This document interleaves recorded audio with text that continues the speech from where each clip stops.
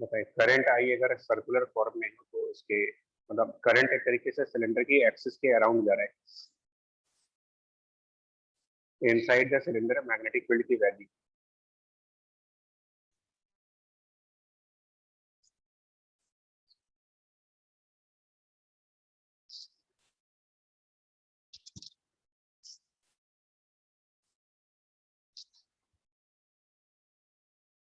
बताइए ये करंट पूरे पूरे सरफेस से है, मतलब पूरे सरफेस पर टोटल करंट आई दिया है इस तरीके से। टोटल पूरे सरफेस से जो करंट पास कर रहा है around the axis of cylinder, वो करंट कैपिटल आई है ऐसे। तो इनसाइड सिलेंडर मैग्नेटिक फील्ड की वैल्यू, सोलेनॉइड जैसे ही नहीं हो जाएगा ये, लॉन्ग सोलेनॉइड जैसा? हाँ सोलेनॉइड जैसा ही है, वही है सोलेनॉइड जैसा ही है, तभी तो पूछ रहे हैं। तो sir mu not ni cos तो म्यू अल्फा नॉट ni हो जाएगा। लॉन्ग है तो अरे तो म्यू नॉट रिप्लेस कितने करेंगे n को? वही तो क्वेश्चन है ना, म्यू नॉट ni तो ठीक है, सोलेनॉइड ही है तो सोलेनॉइड वाला ही फॉर्मूला लगा सकते हो, लेकिन इसमें जो स्मॉल n है वो क्या रखोगे यहाँ पर? क्योंकि small n number of turns per unit length पे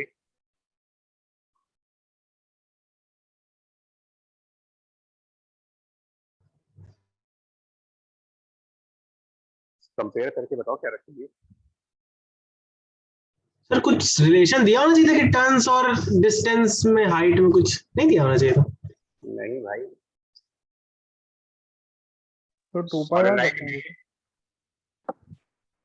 एक मिनट यार, सोलेनॉइड में आप कई सारे सर्कुलर लूप लेते हो ना इस तरीके से। यस। सोलेनॉइड मतलब कई सारे आपके सर्कुलर लूप है और सबके अंदर आई करंट पास करता है। जितने भी ये सर्कुलर लूप होंगे सभी में आई करंट जा रहा होगा, इसमें भी आई करंट जा रहा होगा, इसमें भी आई करंट जा रहा होगा।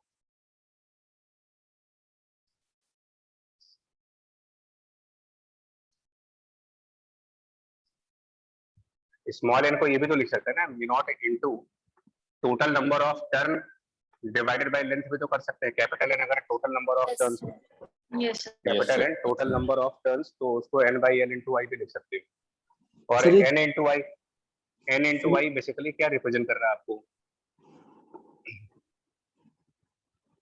भाई? पहला first turn, second turn, third turn, fourth turn, nth turn, and every turn has current of capital I. तो क्या n इंटू आई टोटल करंट नहीं बता रहा आपको? यस और वो टोटल करंट यहाँ पर आई दे रखा है, टोटल करंट जो सिलेंडर में जा रहा है वो आई जा रहा है।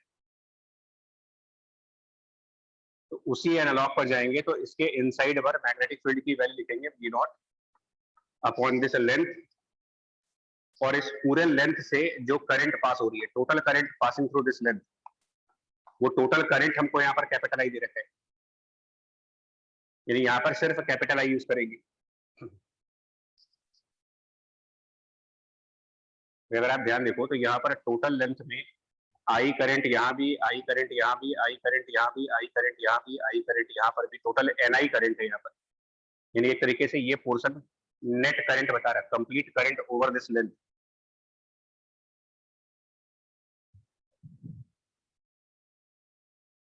नहीं आया एनालॉग समझ में? ये आ गया सर, आ गया सर। आ गया। आउटसाइड बताओ इसके आउटसाइड, इस सिलेंडर के बाहर अगर पूछा जाए, फिर से सोलेनॉइड याद करिए, सोलेनॉइड के आउटसाइड पर क्या कहा गया था मैग्नेटिक फील्ड?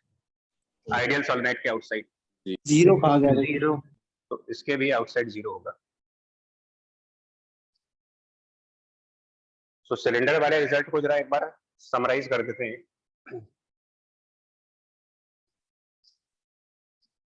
लॉन्ग सिलेंडर के जितने भी पॉसिबल रिजल्ट्स हैं उनको एक बार समराइज करके देखो। अगर हमारा लॉन्ग सिलेंडर सॉलिड है, solid long cylinder, and the current flows parallel to the length and distributed uniformly over the cross section. Long cylinder with a current parallel to the length and distributed uniformly over this cross section.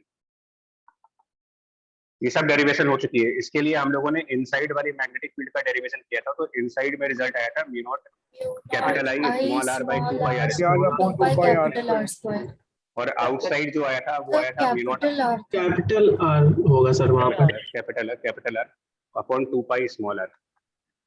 ये एक case हो गया। अगर ये hollow cylinder होता, perfectly hollow cylinder, thin cylinder, thin shell मान लेते हैं, अगर इसको सिलिंड्रिकल शेल मान लें, और करंट इसके सरफेस के अलोंग है लेकिन पैरेलल टू द लेंथ है, पैरेलल टू लेंथ, तो इस केस में अगर हम इसके इनसाइड मैग्नेटिक फील्ड निकालें, इनसाइड किसी पॉइंट पर मैग्नेटिक फील्ड निकालते हैं, एम्पियर लॉ का यूज करेंगे जब। बताएंगे क्या आंसर आएगा इसके इनसाइड। इनसाइड किसी पॉइंट पर अगर आप एम्पियर लूप लेंगे तो कितना करंट उस एम्पियर लूप के इनसाइड से पास होगा? Perfectly zero. तो इस केस में बी इनसाइड जीरो आएगा एंड बी आउटसाइड सिमिलर तरीके से आएगा आपको।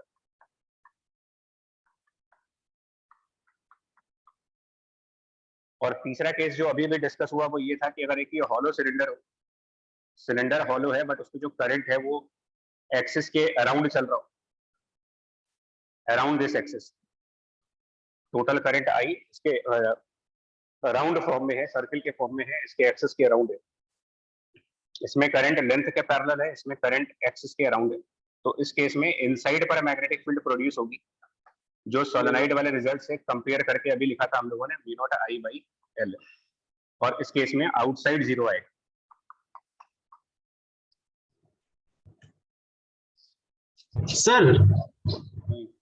सर एक चीज मुझे समझ नहीं आ रही सर, जैसे जो आपने यहाँ पर बोला कि सर टोटल करंट एन आई है, सर यहाँ पर मुझे ये नहीं समझ रहा कि वो टोटल करंट मतलब किस हिसाब से हो रहा है, क्योंकि सर आई तो सर वो एक ही आई जो निकला होगा स्टार्टिंग से सर वही एंड पे पहुंचेगा, तो सर मतलब उसको टोटल करंट का मतलब सिलेंडर के ऊपर कितने वायर्स हैं ये लिखे ना आप भाई। यहाँ पर भी एक कॉपर वायर है, यहाँ पर भी कॉपर वायर है, ये भी कॉपर वायर, ये भी कॉपर वायर, सभी वायर्स में आई करंट है। तो अगर कोई ऑब्जर्वर मान लो यहाँ पे हो तो उसको क्या मालूम चलेगा कि कितना लेंथ कितनी करंट इस लेंथ के अंदर जा रही है? हर एक वायर में आई करंट जाएगा ना। यस सर सिलेंडर को सोलेनॉइड में घुसेड़ के समझ सकते हैं अच्छे से, तो वही एनालॉग लेना होगा इसमें। सर मैं ऐसे सोच रहा था कि सर जैसे मान लीजिए जो सबसे पहला वाला टर्न है उससे कोई आई करंट जाता है तो सर वही सेम करंट तो आगे 2 पे भी जाएगा, तो सर टोटल करंट तो वही रहेगा ना आई। ये चीज थोड़ा कंफ्यूजिंग लग रहा है सर, ये थोड़ा क्लियर कर दीजिए। सर थोड़ा समझ कम आ रही है।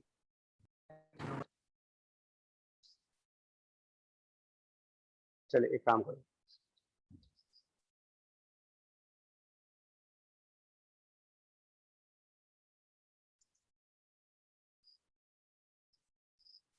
तुम जानते हो तुम टोटल करंट किसको कह रहे हो?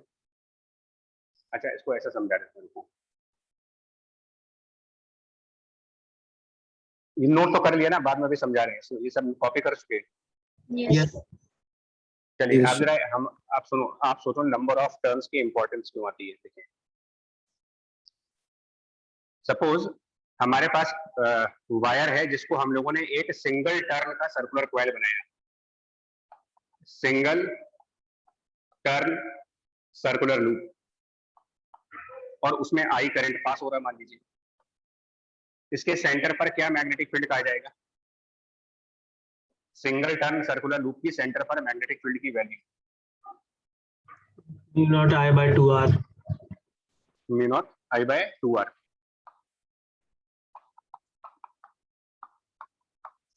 आराम से समझना है, mu not I by 2R इसके सेंटर पर बोलेंगे बिकॉज ऑफ सिंगल टर्न। अगर मान लीजिए यहीं पर हम एक वायर लेकर के उसको 2 बार सर्कुलर वाइंडिंग्स बनाए, एक सर्कुलर लूप और इसके ऊपर एक और सर्कुलर टर्न कर दें,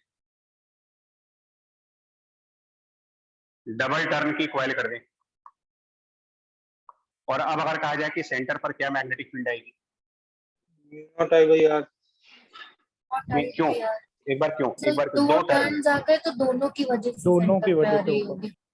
तो समझ गए, साइमल्टेनियसली दोनों करंट होंगे ना भाई, दो करंट्स होंगे मतलब तो ये सर जैसे सोलेनॉइड में ये ये हो रहा है कि सारे ब्रांचेस में एक साथ ही आई एक डायरेक्शन में फ्लो कर रहा है इस तरह। और बाकी सिलेंडर में एक ही जगह है जहाँ पे नेट आई। हाँ, जो जैसे जिसमें 2 टर्न है तो हर एक टर्न में आई करंट है और इसमें भी आई करंट है, तो क्या दोनों करंट्स अपना अपना मैग्नेटिक फील्ड प्रोड्यूस नहीं करेंगे? Yes sir. तो इसका मतलब सेंटर पर मैग्नेटिक फील्ड आप डबल कह सकते हो, यानी कि μ0/2r मल्टीप्लाइड बाय, उसको हम 2i कहेंगे। इसमें हम टोटल करंट 2i काउंट कर रहे हैं क्योंकि मैग्नेटिक फील्ड 2 बार प्रोड्यूस होगी, दोनों टर्न अपने अपने मैग्नेटिक फील्ड प्रोड्यूस करेगी। यस यस ऑब्वियसली अगर इसमें n नंबर ऑफ टर्न्स कर देते हैं जनरलाइज करके, n number of turns with the same currents, आ जाएगा μ0 ni। यस शशांक जी बोलो भाई, डाउट तुम्हारा ही था ना? यस सर, समझ गया अब। यहाँ तक ठीक है। यस अब एक और बात देखो, जो ये सिलेंडर वाला एग्जांपल है या फिर जो ये वाला एग्जांपल है, देखो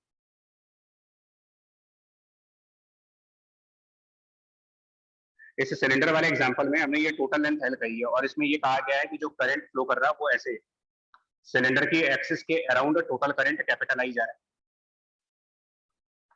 सिलेंडर की एक्सिस के around total current is capital I. हमें इसके इनसाइड किसी पॉइंट पर मैग्नेटिक फील्ड निकालनी है, कोई एक पॉइंट पर, मान लो तो सेंटर पर निकालनी है। अब ध्यान से सुनना, हम सेंटर पे कैलकुलेट करने जा रहे हैं, कैसे करने जा रहे हैं वो सुनिए। हम इस सिलेंडर के ऊपर एक सर्कुलर बैंड मान सकते हैं, सिलेंडर के सरफेस पर एक सर्कुलर बैंड मान सकते हैं। Yes yes sir. सेंटर से y डिस्टेंस पर और dy विड्थ का। Yes yes sir.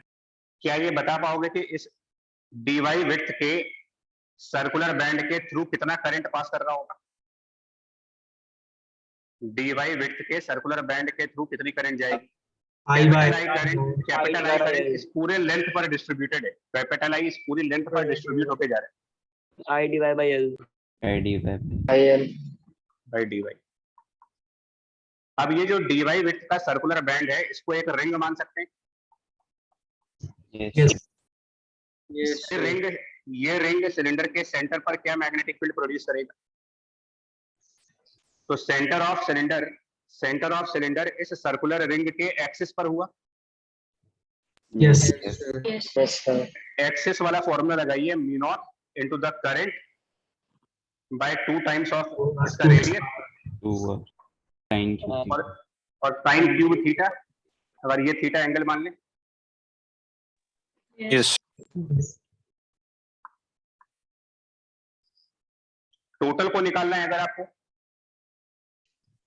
तो सेंटर से L/2 इस तरफ और सेंटर से L/2 दूसरे साइड पर भी, यानी कि कुल मिलाकर के -L/2 से +L/2 की लिमिट।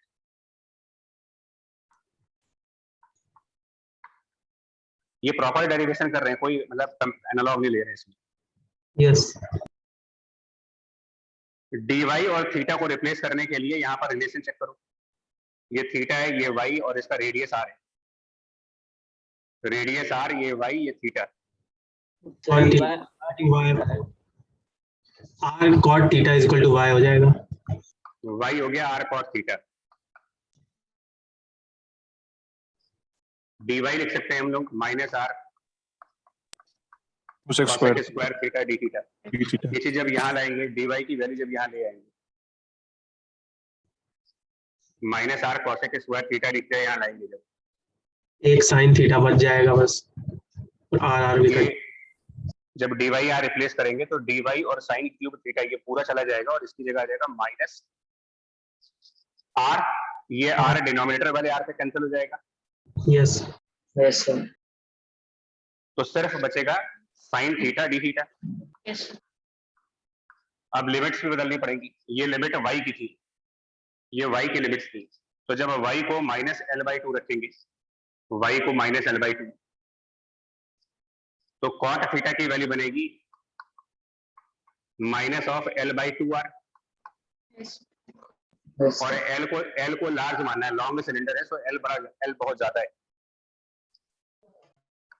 जब L की वैल्यू इनफाइनाइट मान लेंगे तो cos थीटा माइनस इन्फिनिटी हो गया, यानी Yes. इन्फिनिटी। Yes. थीटा क्या रख देंगे इस टाइम पर, यानी लिमिट्स बदलना ही पड़ेंगे आपको, या लिमिट्स अगर नहीं बदलते हैं तो भी एक तरीका है, मान लो लिमिट्स तो बदलना नहीं जीरो चाहते, कर देंगे थीटा की। हाँ नहीं एक मिनट, तो भी एक तरीका है, ये लिमिट्स y की हैं तो एक तरीका और भी है इसको करने का, mu naught I by 2l तो आंसर हो गया, integration of minus sine theta, integration of the minus sine theta cos theta. Cos theta. cos theta, और cos थीटा को हम वापस रिप्लेस कर लेते हैं, integration of minus sine theta will become cos theta and the cos theta, cos of theta will be this y by root of y square plus r square। Yes. Yes. अब हम limits यहाँ पर limit y की रहने दो भैया, तो limit बदलो या इंटीग्रेशन के बाद जो फंक्शन आया उस फंक्शन को बदल दे, दो में से एक काम करें। इसको जब सिंपलीफाई करोगे तो आपका रिजल्ट क्या बनेगा, y को l/2 और माइनस l/2 की जब लिमिट्स रखेंगे यहाँ पर, तो ये कुछ ऐसा रिजल्ट आएगा, mu naught I I by 2l into 2. l mu naught I upon 2 और रूट में यहाँ पर आ जाएगा l square by 4 plus r square, check करो। Yes. Yes. sir. Yes, sir. इस Yes, sir. तरीके से फाइनाइट सिलेंडर का भी हो गया ये। अब इसमें अगर हम l को बहुत लार्ज कर दें, l लार्ज कर दें, इनफाइनाइट सिलेंडर कर दें, l की वैल्यू रेडियस के कंपेयर पे बहुत ज्यादा कर दें, तो L/2 हो जाएगा। ये result mu naught capital I by L जो हम पहले भी एक्सपेक्ट कर रहे थे।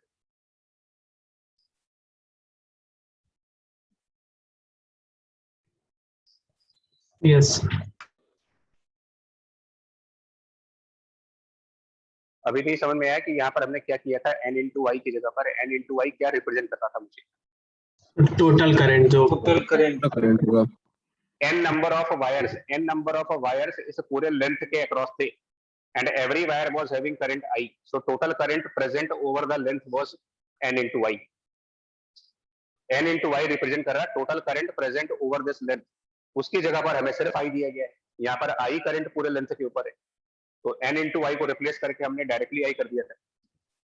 सर बस वहाँ यही था, हर ब्रांच पे आई था, यहाँ पे सब ब्रांच का मिला के आई आ रहा है। मिला करके, तो ये दो ऑप्शन है, या तो एनालॉग रखें या फिर प्रॉपर डेरिवेशन करें। Yes sir. आया समझ में, अभी भी डाउट? आ गया सर। समझ गए। ठीक, इसके बाद एक और सिमिलर क्वेश्चन देखिए, नेक्स्ट प्रॉब्लम, सिलेंडर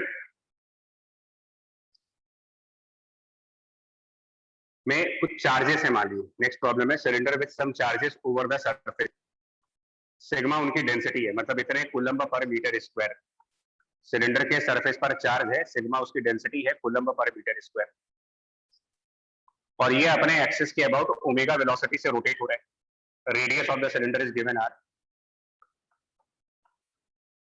सेम और लॉन्ग सिलेंडर है, जितने भी क्वेश्चंस हैं वो सब लॉन्ग सिलेंडर के क्वेश्चंस हैं। नाउ इनसाइड में मैग्नेटिक फील्ड की वैल्यू, वो I इक्विवेलेंट निकाल दूंगा। क्या ये भी सोलेनोइड जैसा नहीं है? Yes. Yes. अगर ये सारे चार्जेस सिलेंडर की एक्सिस के अबाउट रोटेट कर रहे हैं, तो इन सभी चार्जेस के सर्कुलर मोशंस के करस्पॉन्डिंगली करंट्स मान सकते हैं। Yes. जितने भी चार्ज हैं वो सब एक्सिस के अबाउट रिवॉल्व करेंगे, तो वो सब इक्विवेलेंट टू सम करंट हो गए, तो ये स्ट्रक्चर सोलेनोइड के स्ट्रक्चर के सिमिलरली मैच कर जाएगा। Yes sir. Yes, sir. Solenoid वाला रिजल्ट हम यहाँ डायरेक्ट लगा सकते हैं, तो answer will be mu naught Sigma upon R. Length, Sigma R.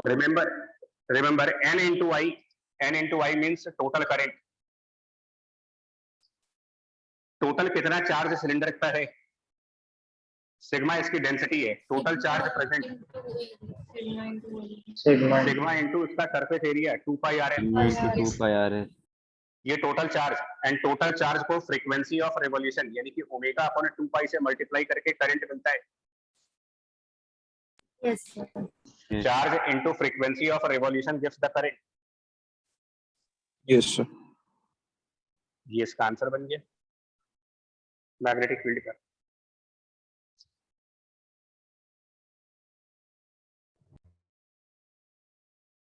Sir ji sir इसमें आई को NEAVD करके V को R ओमेगा करके नहीं कर सकते?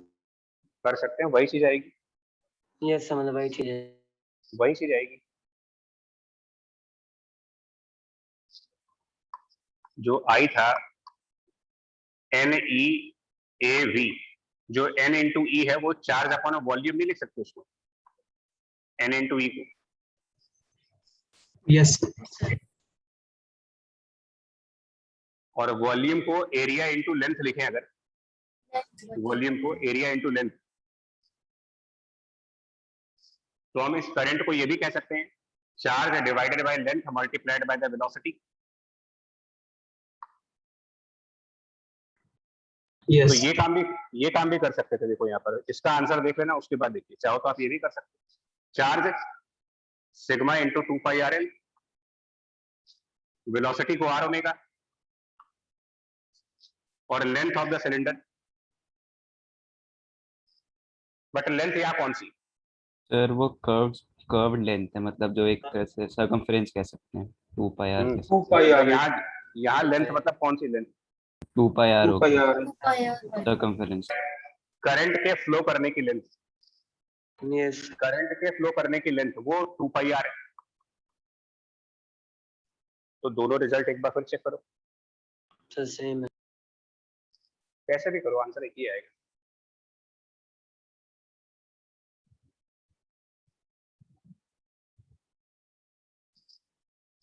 पता है इसको? Yes yes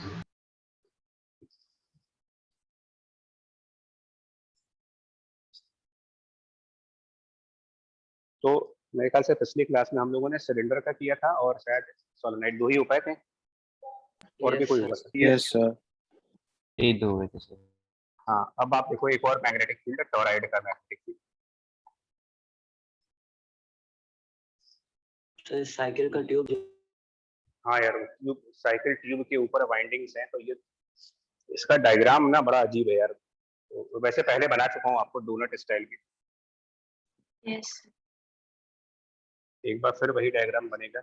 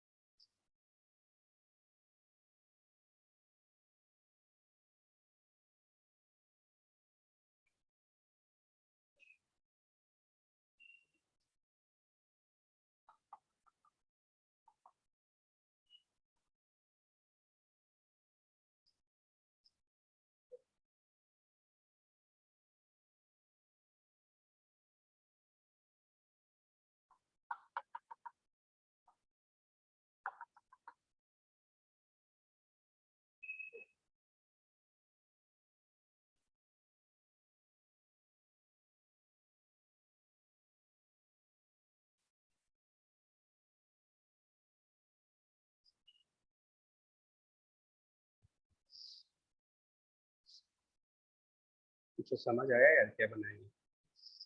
yes yes sir.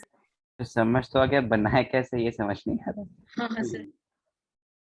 Practice करो भैया इंजीनियरिंग ड्राइंग की।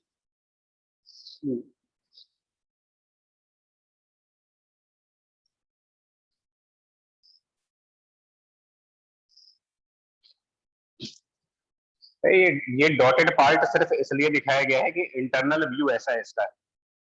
वैसे ये पूरा सॉलिड कंप्लीट है, कंप्लीट ट्यूब है, बट यहाँ पर बीच में डॉटेड प्रेजेंट करने का पर्पस है। इसके अंदर अंदर क्रॉस सेक्शन कैसा है इसका।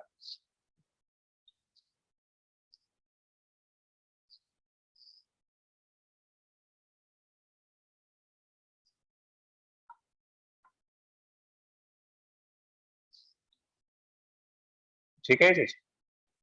यस यस अच्छा, इनके ऊपर वाइंडिंग्स हैं, तो देन इंटरनली क्रॉस सेक्शन इनका रेक्टेंगल के फॉर्म में है।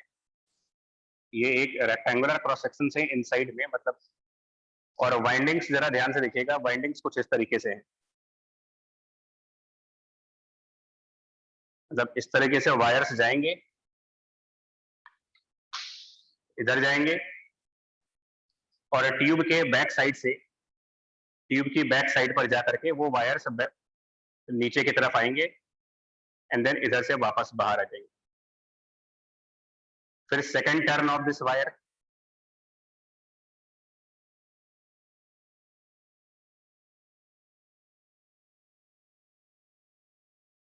एंड देन थर्ड टर्न इस तरीके से, एंड देन फोर्थ इस तरीके से जाएगा। तो इस तरीके से चारों तरफ रेक्टेंगुलर लूप्स है यहाँ पर, rectangular loop 1, rectangular loop 2, rectangular loop 3, और पूरे ट्यूब के around rectangular loops.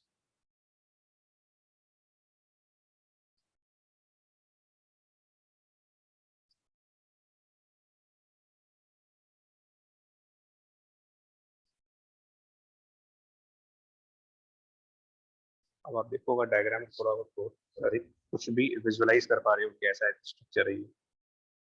Yes sir. Sir Yes, visualise कर ले रहे हैं बट कचरा हो गया है टाइप में। यस बन नहीं रहा होगा ना? थोड़ा थोड़ा बन गया है पर थोड़ा अजीब हो गया। बन चलिए जाएगा। कोई बात नहीं, ये पूरा पूरा 360 डिग्री पर है ये, मतलब इस तरीके से रेक्टेंगुलर लूप जो है वो पूरे ट्यूब के अराउंड है, कंप्लीट ट्यूब के अराउंड। ठीक है, और डायमेंशंस जो स्पेसिफाइड है यहाँ पर वो सुनना, ये height of this rectangular cross section ये स्पेसिफाइड है h, height of rectangular cross section specified small h, inside circle का जो रेडियस है वो स्मॉल a, आउटसाइड सर्किल का रेडियस स्मॉल b।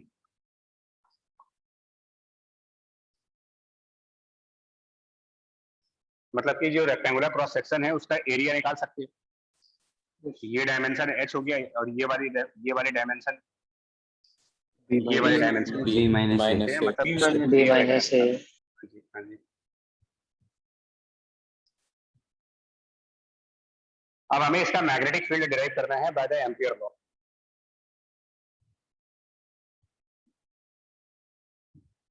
उसके लिए क्या करते हैं, जो टॉरॉइड की एक्सिस बनेगी, ये वाली एक्सिस, अगर हम इसका एक सिंपलेस्ट डायग्राम भी बनाते हैं, इसका टॉप व्यू अगर कंसीडर करें, टॉरॉइड की टॉप व्यू कैसा स्ट्रक्चर दिखेगा अगर आप डोनट को उसके ऊपर से देखो, बिल्कुल सर्किल की एक्सिस से देखा जाए तो ऊपर से देखने पर हमें हमें अगर ऊपर से देखेंगे तो ये वाला सर्किल दिखेगा और ये वाला सर्किल दिखेगा। यस दो कंसेंट्रिक सर्कल्स दिखेंगे आपको। यस यस उसमें जो डायग्राम दिखाया, टॉप व्यू डायग्राम, तो हमें यहाँ पर दो कंसेंट्रिक सर्कल्स दिखेंगे।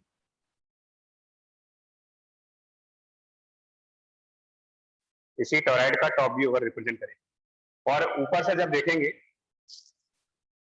तो जो ये करंट्स दिखाई जा रही है वो देखो, जिस तरीके का ये एरो दिखाया गया है डायग्राम के अंदर, अभी जैसा ये एरो दिखाया है,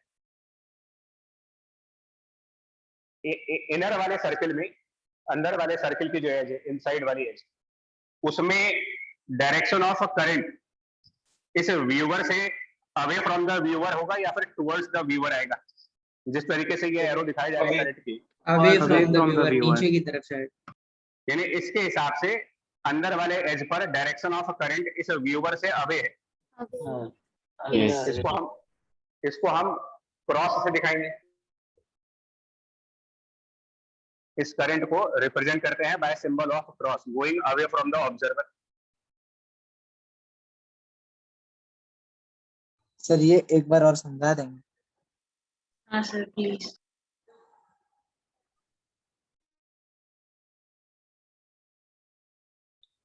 ये कह रहे हैं कि मेरे आसपास कुछ ऐसा है भी नहीं जो मैं दिखा पाऊं।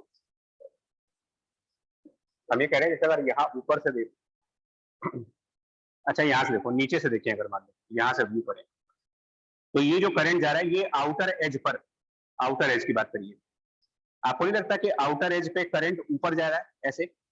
Yes sir. Yes, नीचे से देखने पर। Yes sir.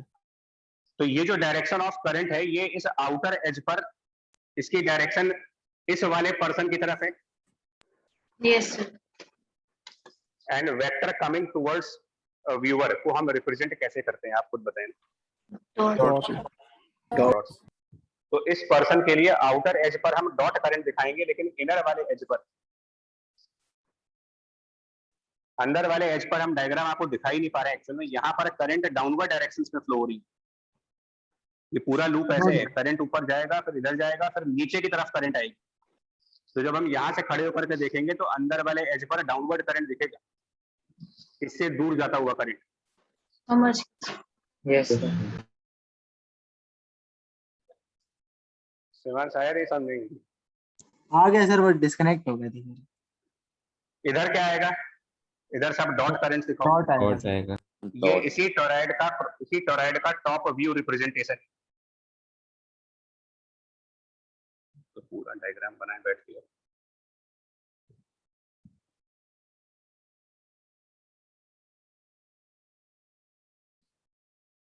अब नहीं बनाएंगे।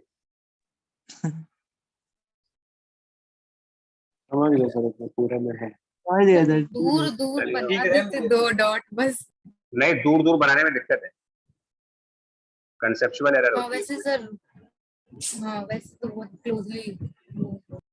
ये ये रंगोली loosely packed रंगोली बना रहे हैं सर। रंगोली टाइप समझ सकते हो। हाँ, ये कुछ इस तरीके का करंट पैटर्न दिखेगा आपको अगर हम ऊपर से देखेंगे तो। अब हमें इसका मैग्नेटिक फील्ड की बात करनी है। मैग्नेटिक फील्ड क्या होगा? और एक जो हम टोरॉइड हमारे सिलेबस में है उनमें एक और चीज बता दें कि ए और बी नियरली इक्वल वैल्यूज है, बहुत ज्यादा डिफरेंस नहीं है इनमें।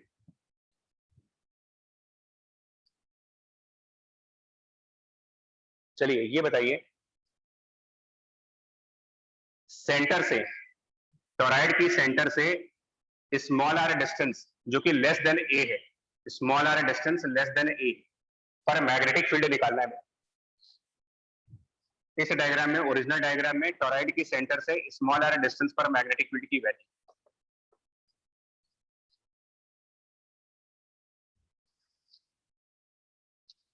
क्या ये एक सिमेट्रिकल करंट पैटर्न है? करंट का पैटर्न इससे बढ़िया सिमेट्रिकल डायग्राम क्या दिखेगा आपको? Yes sir. Yes sir. तो करंट का पैटर्न अगर सिमेट्रिकल है तो फिर मैग्नेटिक फील्ड निकालने के लिए सबसे सुटेबल मेथड हमारा एम्पियर लॉ है। Yes sir. Yes yes sir. यहाँ और ज्योमेट्री देख करके आपको समझ में आ जाएगा कि किस टाइप का एम्पियर लूप लेना चाहिए। यहाँ पर यस यस सर। आप यहाँ किसी भी तरीके का एम्पियर लूप ले लो, क्या उस एम्पियर लूप के इनसाइड वाले एरिया से, एम्पियर लूप के इनसाइड फिर एरिया कोई से कोई भी करंट नहीं जाएगा। जीरो कोई करंट पास होगा? नहीं नहीं होगा। इसका मतलब for this ampere loop of radius small r less than capital A, less than small a, for the ampere loop of radius small r which is less than small a, no current is passing through the loop. Yes यानी कि integral of close loop b dot dl की value 0 आई। Yes sir, B zero होगा। नहीं, b कैसे 0 कह सकते हैं? अगर integral of b dot dl की वैल्यू 0 आई है तो इससे ये कैसे कंक्लूड करोगे कि b ही 0 आएगा? वैसे आंसर सही है कि b 0 आएगा, बट इसके सर पीछे भी एक अगर रीजन है। बी यूनिफॉर्म हो तो बाहर निकाल सकते हैं। जैसे वहाँ गॉस लॉ में हम लोग देखते थे कि अगर पूरे में यूनिफॉर्म है तभी। तो बी जीरो कह सकते हैं। जैसा आर्गुमेंट गॉस लॉ में था। जैसे सर गॉस लॉ में कहा था ई यूनिफॉर्म। तभी वन नहीं, जाके जीरो होगा। गॉस लॉ में हमने ये कहा था, देखिए गॉस लॉ में भी एक स्टेटमेंट दिया था मैंने। गॉस लॉ में ये कहा था कि अगर for any close surface integral of E dot DA 0 है तो क्या ई 0 आएगा वहां पर? उस समय आंसर दिया था कि हाँ आएगा सिमेट्री। अगर सिमेट्री है तो। Yes sir. यस ये परफेक्ट सिमेट्रिकल डायग्राम है। यस सर, इसीलिए उस वजह से कह सकते हैं कि b की वैल्यू 0 हो।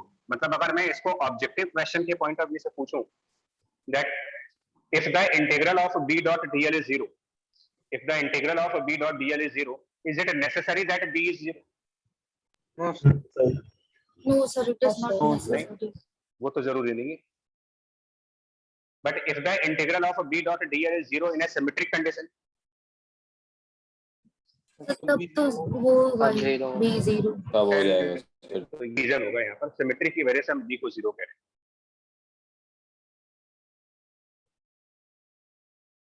चल, अब अगर हम मैग्नेटिक फील्ड कैलकुलेट करें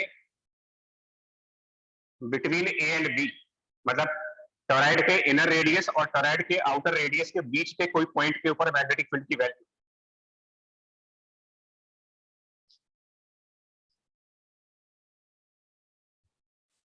स्मॉल आर जो ए से ज्यादा है और बी से कम है, वहां पर मैग्नेटिक फील्ड कैसा होगा?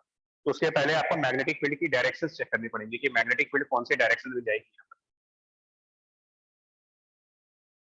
डायरेक्शन ऑफ मैग्नेटिक फील्ड जरा ध्यान से देखिएगा. इधर डॉट वायर्स हैं, इधर cross wires, dot and cross wires. इसको जरा सेपरेटली करो. अगर एक क्रॉस वायर हो और एक डॉट वायर हो और इनके बीच में मैग्नेटिक फील्ड पूछा जाए तो क्या आएगा? देखिए, क्रॉस और डॉट के बीच में मैग्नेटिक फील्ड की डायरेक्शन लेफ्ट की तरफ ये क्रॉस वायर अपने अराउंड, ये क्रॉस वायर अपने around clockwise circular magnetic field line produce करेगा. Yes, sir. Yes, sir. इस क्रॉस वायर के around clockwise circular magnetic field lines जब बनाएंगे और उनको इन पॉइंट्स पर पास करेंगे तो वो लेफ्ट साइड की डायरेक्शंस आएंगी. और इस डॉट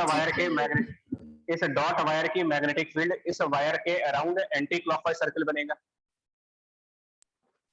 यस सर। इस डॉट वायर के अराउंड एंटी क्लॉकवाइज सर्कल बनाते हुए इस कंसर्न पॉइंट से जब पास करेंगे, इसके अराउंड एंटी क्लॉकवाइज सर्कल बनाते हुए उस पॉइंट से जब पास होंगे तो फिर लेफ्ट साइड डायरेक्शन आएगी. Yes Yes, sir. यस यही वाला आर्गुमेंट यहाँ लगाइए. क्रॉस डॉट, ये क्रॉस और डॉट मिल जाएंगे जब, तो हमें कुछ लेफ्ट साइड पर मैग्नेटिक फील्ड की डायरेक्शन देंगे. ये क्रॉस और ये डॉट मिल करके हमें कुछ लेफ्ट साइड मैग्नेटिक फील्ड की डायरेक्शन देंगे. ये क्रॉस एंड ये डॉट मिल करके कुछ लेफ्ट साइड मैग्नेटिक फील्ड की डायरेक्शन देंगे. यानी ओवरऑल अगर हम सभी मैग्नेटिक फील्ड लाइंस को, हर एक पॉइंट के मैग्नेटिक फील्ड डायरेक्शन को करेक्ट कर दें तो जो pattern of magnetic field line मिलेगा वो टॉरॉइड के अंदर एक सर्कुलर मैग्नेटिक फील्ड लाइंस बनेगी. इस तरीके से इनसाइड टॉरॉइड हर एक पॉइंट पर सर्कुलर फॉर्म में मैग्नेटिक फील्ड की लाइंस आएंगी.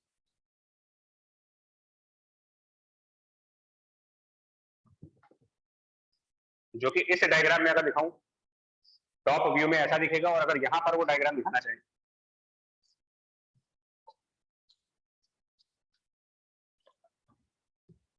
तो मैग्नेटिक फील्ड लाइंस, ये जो रेक्टेंगुलर क्रॉस सेक्शंस हैं, इनको पेनिट्रेट करते हुए जाएंगी. मतलब बिल्कुल इन क्रॉस सेक्शंस के परपेंडिकुलरली मैग्नेटिक फील्ड की लाइंस जाएंगी और पूरा एक सर्कुलर लूप को बनाएंगी अंदर.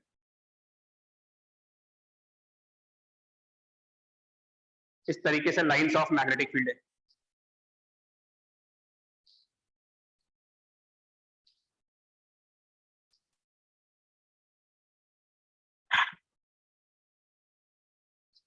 दोनों ही डायग्राम पैरेलल में चल रहे हैं. इधर से भी 3 डायमेंशनल व्यू से और इधर टॉप व्यू के हिसाब से. अब हम क्या करेंगे, जो मैग्नेटिक फील्ड लाइन सर्कल के फॉर्म में है, तो हम एक सर्कुलर, मतलब मैग्नेटिक फील्ड की लाइन सर्कुलर है, तो हम एक सर्कुलर लूप इमेजिन करते हैं जिस पर एम्पियर लॉ इंप्लीमेंट करेंगे. A circular loop for the ampere law. Sir क्या इस लूप, हाँ सर जो आपने पहले समझाया है सर, ये बीच में डायरेक्शन, सर वो मतलब थोड़ा मतलब उससे अलग तरीके से सोचे अगर सर, तो बाहर वाले डॉट, मतलब सर जो बाहर वाले जितने डॉट है सर, जितने मतलब टोटल डॉट्स, उन सबकी वजह से 0 आएगा सर, जिस आर्गुमेंट से आपने r स्मॉलर देन a पे 0 किया है ना सर. और सर उसके बाद सर ये जो वाइंडिंग्स होंगी सर वो बहुत क्लोज होंगी. तो सर ये जो अंदर वाला क्रॉस है उनको एज अ सिलेंडर नहीं मान सकते, मतलब सिलेंडर के सर मतलब लॉन्ग पैरेलल वायर्स की तरह से नहीं सर अज्यूम करके कह सकते हैं, मतलब सर ये जो अंदर वाली एज है। ये बताइए, ये जो क्रॉस और डॉट है वो इस फिगर में किसको रिप्रेजेंट कर रहे हैं? क्रॉस एंड डॉट, आप नोटिस करो, ये जो डॉट एंड क्रॉस दिखा रहे हैं ना, ये किन वायर्स को रिप्रेजेंट कर रहे हैं? ये वाले स्ट्रेट वायर को। जी सर, और जी इसके सर। पीछे जो स्ट्रेट वायर है, क्या ये लॉन्ग वायर्स है? नहीं सर। इन दोनों को ही डॉट और क्रॉस से रिप्रेजेंट किया गया है। जी सर। सर वो लूप के एक्सिस वाले से भी समझ सकते हैं। हाँ लूप सर। के एक्सिस तो मैग्नेटिक फील्ड का। यस सर, वही वही वाला कह रहा हूँ। अब बताओ, अगर आप इस लूप के अलोंग चलते जाएं और एम्पियर लॉ फॉलो करें, तो ट्रेवलिंग अलोंग दिस लूप, मतलब कि we are travelling parallel to the magnetic field. Travelling along the loop मतलब travelling along the magnetic field, B dot DL जो है वो B multiplied by total length of the loop 2 pi R equals to mu naught. Right hand side पर जो loop हमने travel किया है उस लूप से अटैच्ड सरफेस, तो ये सर्कुलर लूप हमने ट्रेवल किया था, सर्कुलर लूप से जो सरफेस अटैच होगी, surface inside this circular loop, कितनी करंट उस सरफेस से क्रॉस हो रही है? n into I, अगर n नंबर ऑफ टर्न, तो इस सरफेस से ये सभी क्रॉस करंट्स पास हो रहे हैं, यस यस सर। और ऐसे कैपिटल एन टर्म्स है मान लेते हैं आपके पास। तो कैपिटल आई करंट यहाँ पे पास हो रही है, कैपिटल आई करंट यहाँ पास हो रही है, कैपिटल आई यहाँ पास हो रही है, total capital N number of times capital I current पास हो रही है। So N into I, and finally B की वैल्यू मिलती है V naught N I by 2 pi are.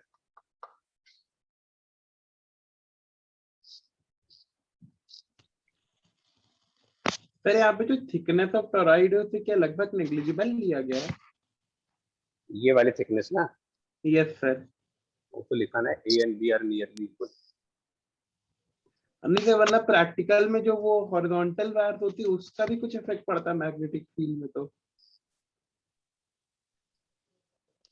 Ampere law लगा करके जो मैग्नेटिक फील्ड आती है वो सभी वायर्स के रिजल्टेंट मैग्नेटिक फील्ड की वैल्यू बताता है।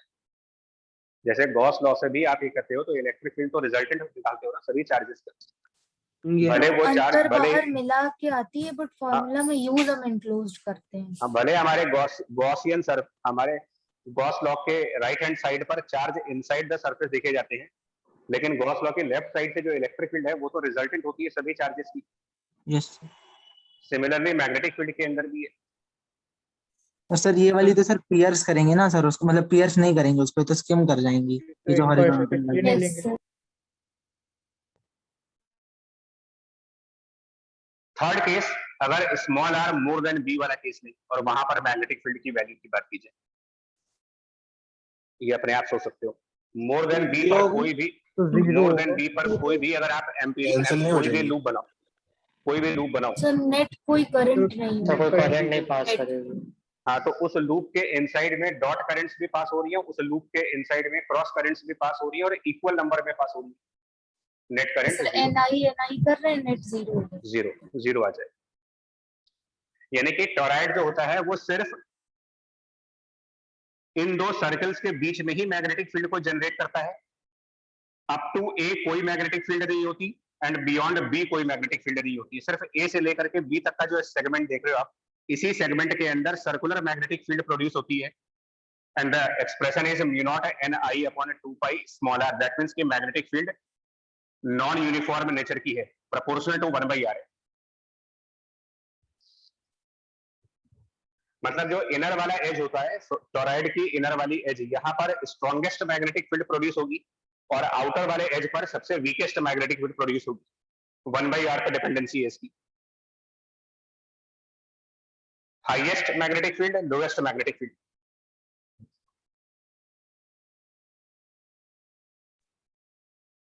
और इसको अगर हम पूरा ग्राफिकली रिप्रेजेंट कर दें, मतलब इस पूरे बात को ग्राफ के थ्रू एक बार में समझाना चाहें,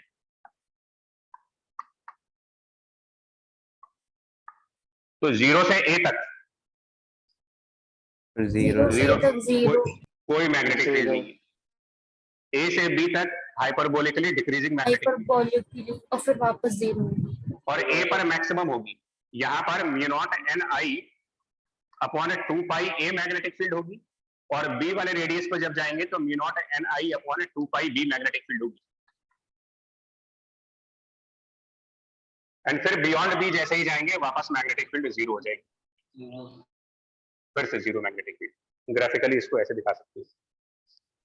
सर हाँ जी सर आपने यहाँ पे ए अप्रोक्सीमेट बी का कोई रीजन होगा कि ऐसे ही?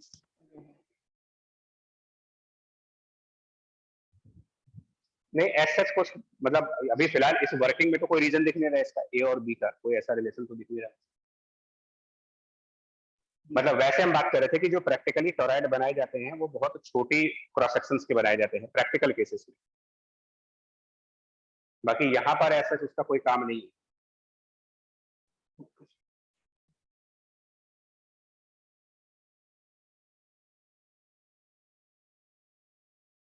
बताओ यहाँ तक बताओ यार, फिर आगे बात करें।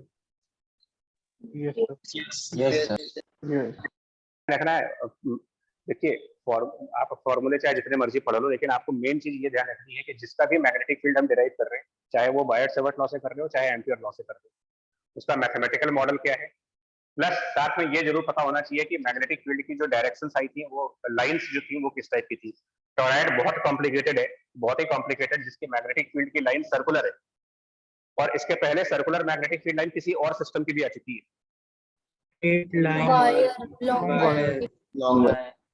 लॉन्ग वायर भी सर्कुलर मैग्नेटिक फील्ड प्रोड्यूस करता है, टोरॉइड भी सर्कुलर मैग्नेटिक फील्ड प्रोड्यूस करता है, दोनों ही तरीके से सर्कुलर मैग्नेटिक फील्ड लाइंस। और कुछ हद तक ये फॉर्मूला सोलेनोइड से मैच करता है। अगर आप n अपॉन 2 पाई r की बात करें, स्मॉल एन, क्या ये turns per unit length type का नहीं हो गया? Turns per unit length. Yes sir. तो कुछ हद तक सोलेनोइड वाला ही फॉर्मूला आ रहा है। एंड टोरॉइड बेसिकली सोलेनोइड का सर्कुलर फॉर्म है। सोलेनोइड में स्ट्रेट सर उसमें दोनों एंड्स को जोड़ दिए। सोलेनोइड एक स्ट्रेट पाइप है, स्ट्रेट सिलेंडर है, उसी स्ट्रेट सिलेंडर को राउंड कर दीजिए तो वो टोरॉइड बन जाता है। लेकिन number of turns per unit length में लेंथ वेरिएबल होगी,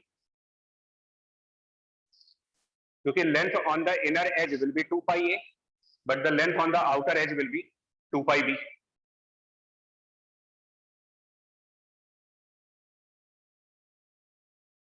ठीक है ये सर? Yes sir. मैंने जो पैटर्न बोला ना कि ये चीज क्यों इंपॉर्टेंट है, मैं इसका इसकी झलक देखो आप। नेक्स्ट चैप्टर जो आता है इसके बाद वाला है वो है इलेक्ट्रोमैग्नेटिक इंडक्शन, जिसके अंदर सबसे ज्यादा यूज होता है फ्लक्स ऑफ मैग्नेटिक फील्ड को निकालने का। Maximum use is flux of magnetic field, self inductance, mutual inductance, न जाने कितनी चीजें उस चैप्टर में आने वाली। अगर आपसे कहा जाए कि ये जो रेक्टेंगुलर क्रॉस सेक्शन है इससे कितना फ्लक्स पास हो रहा है, flux of magnetic field passing through this rectangular cross section, flux को हम यहाँ पर डिस्कस कर सकते हैं क्योंकि इलेक्ट्रिक फील्ड में फ्लक्स बताया जा चुका है और सिमिलर तरीके से मैग्नेटिक फील्ड में भी फ्लक्स कैलकुलेट कर सकते हो। I into B minus A into H। नहीं एक बार बताओ, तो एक बार बताइए, अगर मान ले कोई आपके पास एक रेक्टेंगुलर सरफेस है और इलेक्ट्रिक फील्ड की लाइंस इसके नॉर्मल डायरेक्शन में जा रही है, इलेक्ट्रिक फील्ड लाइंस इस सरफेस के नॉर्मल डायरेक्शंस में यूनिफॉर्म नेचर की है, क्या फ्लक्स लिखोगे इसका?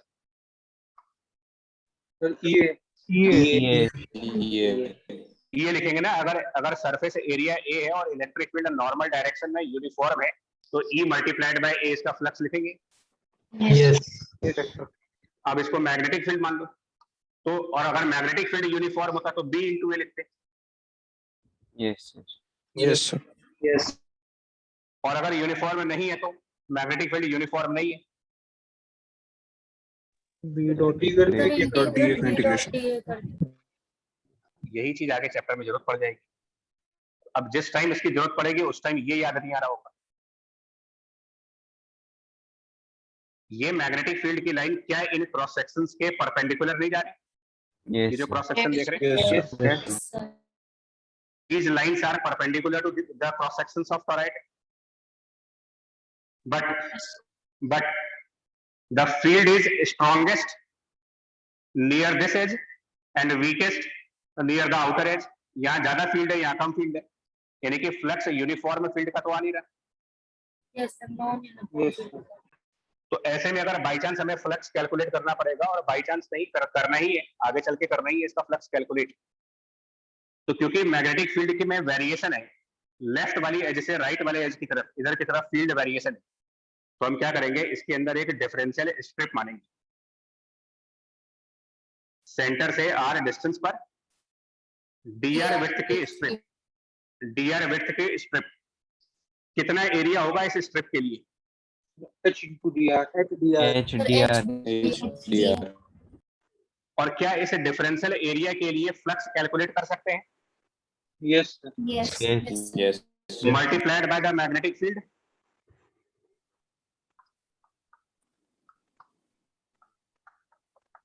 और फिर इसको इंटीग्रेट करेंगे from limit a to b, तो पूरे क्रॉस सेक्शन के फ्लक्स की कैलकुलेशन आई Yes, sir.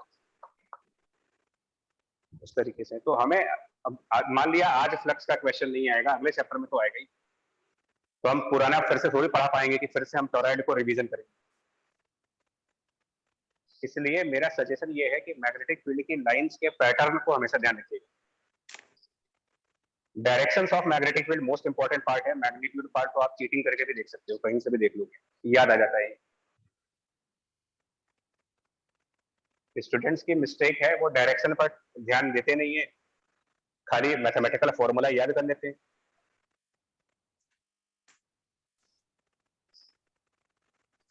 नेक्स्ट पार्ट आई,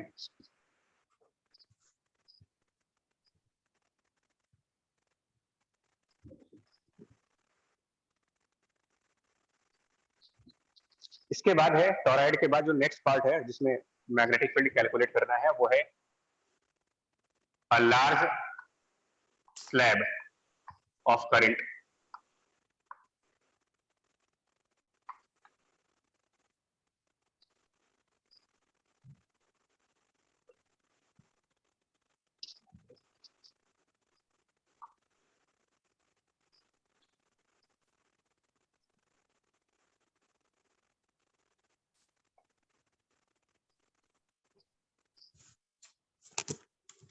पागल हो जाएंगे डायग्राम बना करके बताना।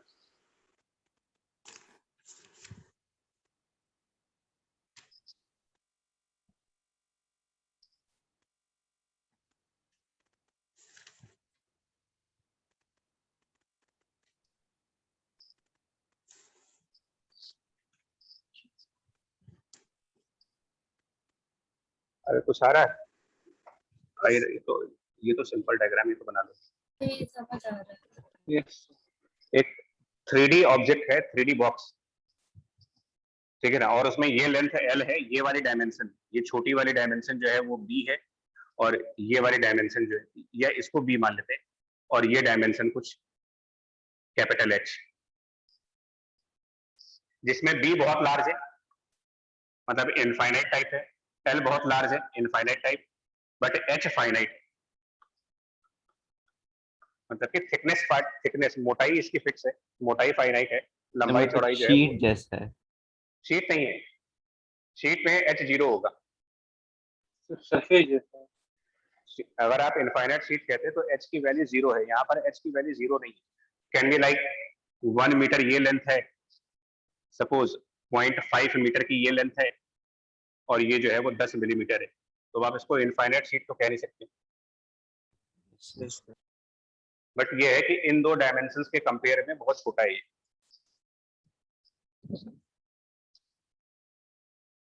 ठीक है। Yes. और इसमें जो करंट है वो पैरेलल टू L जा रहा है, flow of current parallel to the length,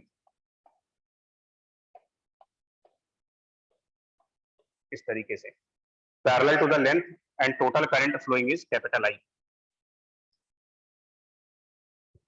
मतलब करंट कौन से एरिया से डिस्ट्रीब्यूट हो रहा है, किस एरिया, कौन से एरिया के परपेंडिकुलरली क्रॉस करंट जा रहा है, बी इंटू एच यानी कि करंट डेंसिटी पूछी जाए तो क्या लिखी जा सकती है? I upon B I by B I I divided यहाँ तक सही है। इसको हम करंट डेंसिटी कहते हैं। और करंट डेंसिटी इसलिए पूछ रहा हूँ क्योंकि करंट डेंसिटी की हेल्प से आप इस स्लैब के अंदर इलेक्ट्रिक फील्ड निकाल सकते हो यूजिंग ओम्स लॉ। ठीक है ना? yes करंट डेंसिटी से, और अगर इसकी रेजिस्टिविटी और कंडक्टिविटी दी गई हो तो ओम्स लॉ का यूज करके स्लैब के अंदर इलेक्ट्रिक फील्ड निकाल सकते हैं। जी सर yes हाँ। बट अभी हमें मैग्नेटिक फील्ड निकालना है, और उसके लिए इस स्लैब का जो सेंट्रल प्लेन होगा, स्लैब की जो सेंट्रल प्लेन, वो प्लेन जो स्लैब को बिल्कुल बीचों बीच में डिवाइड कर रही होगी, मिड प्लेन, उस मिड प्लेन के सेंटर को ओरिजिन मानना है। पहले आपको पूरा डायग्राम बता दे क्या है। जो 3D बॉक्स का जो मिड प्लेन आएगा, सेंटर वाला प्लेन, उस मिड प्लेन को आप रेफरेंस लाइन मानते हो, रेफरेंस प्लेन मानिए इसको, और इससे y डिस्टेंस ऊपर, इस मिड प्लेन से y डिस्टेंस ऊपर मैग्नेटिक फील्ड की वैल्यू निकालनी है।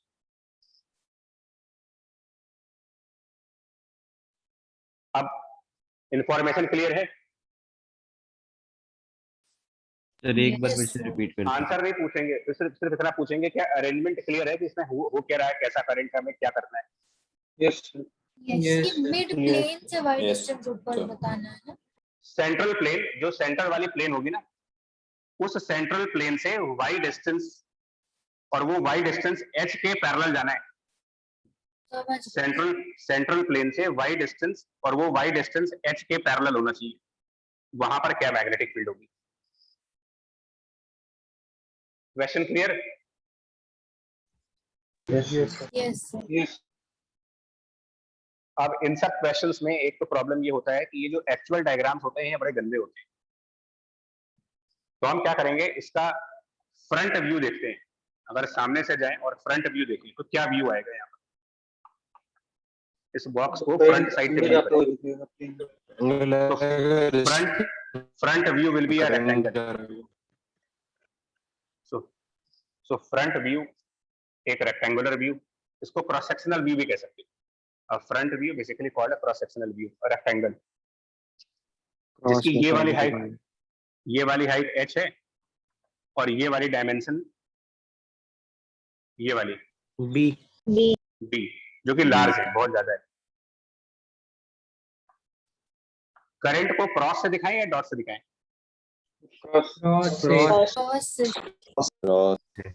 इसकी सेंटर वाली लाइन बना दें,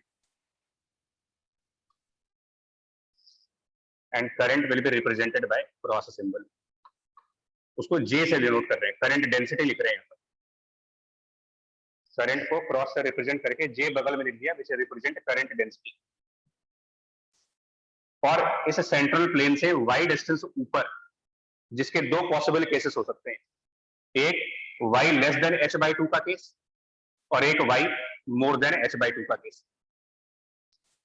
बिकॉज अगर आप सेंटर से y डिस्टेंस ऊपर जा रहे हो तो हो सकता है कि वो y हाफ ऑफ h से कम हो और हाफ ऑफ h से ज्यादा भी हो, मतलब कि inside the slab, outside the slab. पहला वाला केस करो, y लेस देन h/2 वाला case, that is magnetic field is calculated, we are calculating magnetic field at a point which is inside the slab. Second part में outside the slab भी निकालेंगे।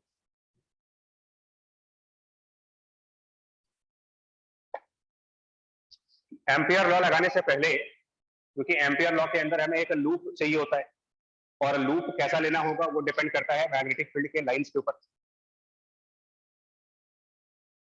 क्योंकि ampere law के जो left hand side है उसके अंदर आपका मैग्नेटिक फील्ड और डीएल के बीच में डॉट प्रोडक्ट है।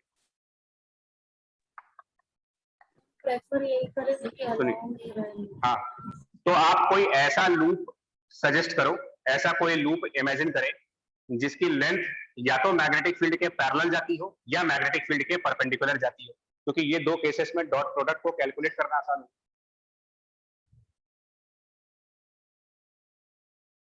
तो हमें एक ऐसा लूप इमेजिन करना होता है जो या तो बी के पैरेलल या बी के परपेंडिकुलर। तो उसके लिए पहले बी पता होना चाहिए ना कि बी किस तरीके से जा रहा है, मैग्नेटिक फील्ड की डायरेक्शन कैसे जाएगी। चलिए वो बायट-सावर्ट लॉ से इस पॉइंट पर डायरेक्शन ऑफ मैग्नेटिक फील्ड जरा गेस करो क्या आएगी। एम्पियर लॉ सिर्फ मैग्नेटिक फील्ड के मैग्नीट्यूड को बताने के लिए है, डायरेक्शन तो अभी भी आप बायट-सावर्ट लॉ से ही लाओगे। क्रॉस करंट से राइट साइड आएगा। करंट से यहाँ पर मैग्नेटिक फील्ड की direction right side right side. अच्छा मैग्नेटिक फील्ड राइट साइड, ठीक है। ये बताओ सेंटर के जस्ट ऊपर तो राइट साइड होगी, सेंटर से थोड़ा आगे बढ़ जाए तो क्या तब भी आपको राइट साइड ही डायरेक्शन मिलेगा यहाँ पर? Yes sir. वो क्या रीजन है? L greater very greater sir, B greater very greater than H वाला सर कैसे? ये लेंथ इनफाइनाइट है। Yes sir. तो कोई तो फर्क चाहे नहीं पड़ता चाहे आप आगे ये वाला पीछे। इस पॉइंट को भी आप मिड पॉइंट कह सकते हो और थोड़ा सा बगल में जाकर के भी मिड पॉइंट कह सकते हो, क्योंकि जब कोई लेंथ इनफाइनाइट है एंड पॉइंट डिफाइन हो तो इनके एंड पॉइंट्स जब डिफाइन है ही नहीं तो ये भी मिड पॉइंट है, साइड वाला पॉइंट भी मिड पॉइंट है, ये वाला पॉइंट भी मिड पॉइंट है। Yes sir. इन सब पर मैग्नेटिक फील्ड की डायरेक्शन राइट साइड आएगी अकॉर्डिंग टू बायट-सावर्ट लॉ।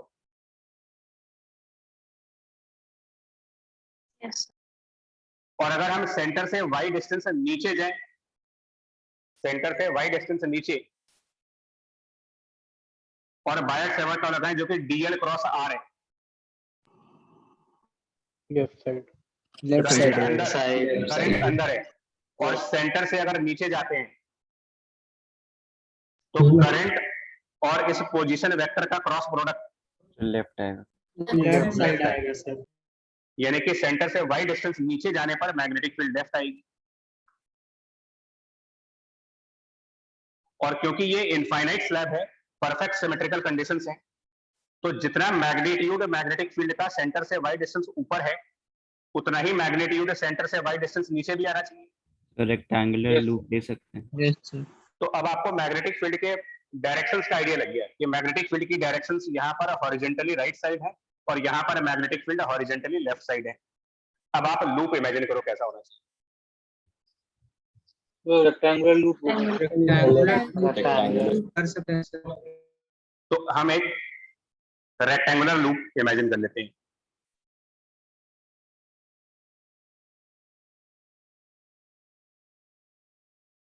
और जब हम इस लूप के अलोंग ट्रेवल करेंगे B डॉट DL मतलब ट्रेवल अलोंग द लूप, जिसे KVL में करते हैं।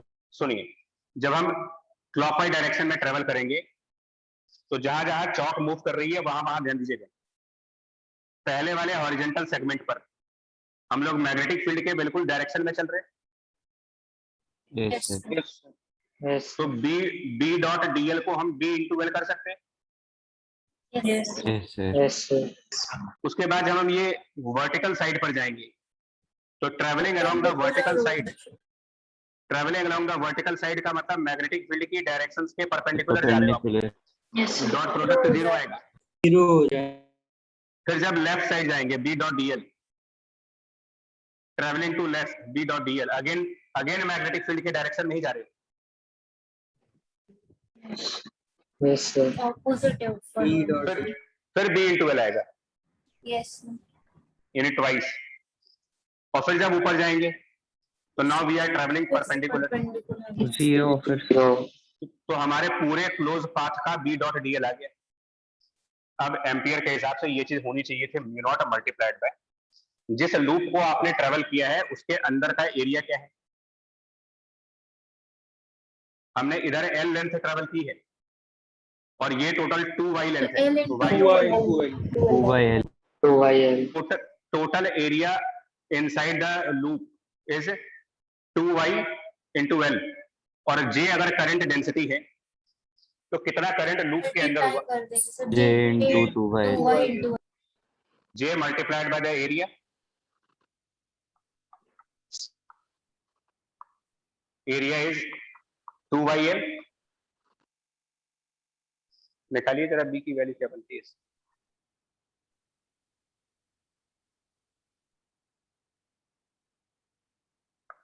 Mu naught J by mu naught J by mu naught J by, यानी कि और वो जो मैग्नेटिक, आपने स्लैब के लिए वो अलग है ना? हाँ जी,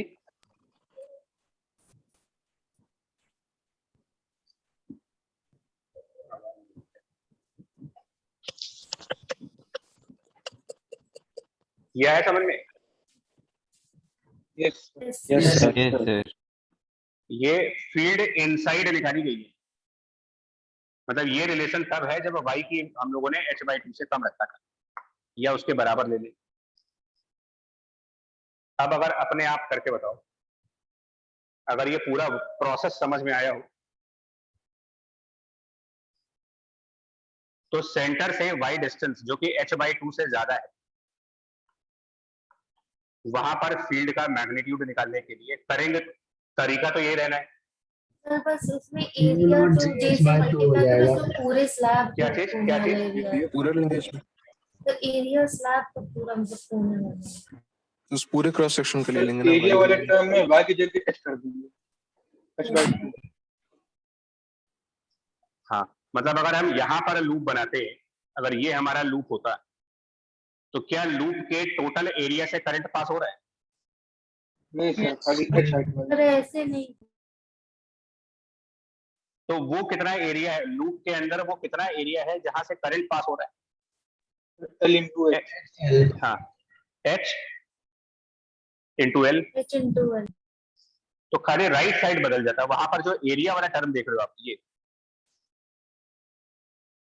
ये वाला टर्म जो एरिया है, वो हम 2y इंटू एल लिखने की बजाय h इंटू एल लिखते हैं। 2HL h into L, 2h h into l। Yes sir H into देख लो आराम से, यस क्या रिजल्ट आ जाता है उससे, आउटसाइड वाला। लेफ्ट हैंड साइड सेम आएगा, खाली राइट हैंड साइड के एरिया वाले टर्म में बदलेगा। Mu naught J H by naught J h by 2। Mu naught J H/2 ये आउटसाइड आएगी।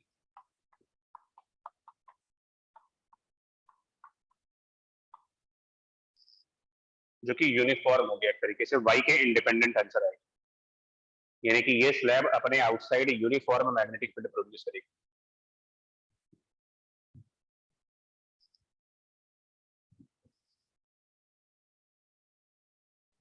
एंड ऑब्वियसली इसको भी ग्राफिकली रिप्रेजेंट कर सकते हो।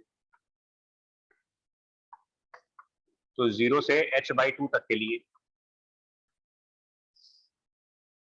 b प्रोपोर्शनल टू y है, b is proportional to y inside में, तो लिनियर एक इंक्रीज करेगा फिर लीनियर ग्राफ कॉन्स्टेंट दिखाएंगे, होगा। And then it becomes independent of y, a constant graph. और अगर हम दूसरे साइड जाएंगे, ये सेंटर से ऊपर वाले पॉइंट्स के लिए है, सेंटर से नीचे वाले पॉइंट्स के लिए सिमेट्रिकल ग्राफ ऐसे बना देंगे। यस क्वाड्रेंट इसलिए चेंज करोगे क्योंकि सेंटर के ऊपर और सेंटर के नीचे मैग्नेटिक फील्ड के डायरेक्शन रिवर्स होते डायरेक्शन हैं, ऑपोजिट तो हमें क्वाड्रेंट चेंज करना पड़ता है।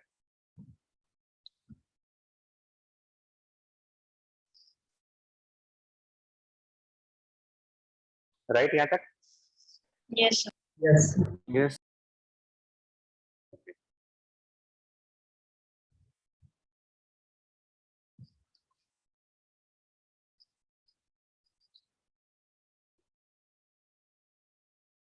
वैसे तो एम्पियर लॉ से डेरिवेशंस में लॉन्ग वायर का भी डेरिवेशन है, बट वो हमने इसलिए नहीं करा है क्योंकि लॉन्ग वायर का डेरिवेशन हम वायर सेवर्ट लॉ में कर चुके हैं। एम्पियर लॉ से इनफाइनाइट सरफेस वाला डेरिवेशन भी है, जिसका आंसर म्यू नॉट k/2 आया था, याद है? म्यू नॉट k/2 एक Yes, इनफाइनाइट सरफेस Linear वाला, surface। तो उसको भी एम्पियर लॉ से डिराइव किया जाता है, लेकिन यहाँ पर हम इसलिए नहीं कर रहे हैं अगेन, क्योंकि हम दूसरे मेथड से कर चुके हैं, तो डबल डेरिवेशन करने का कोई मतलब नहीं है,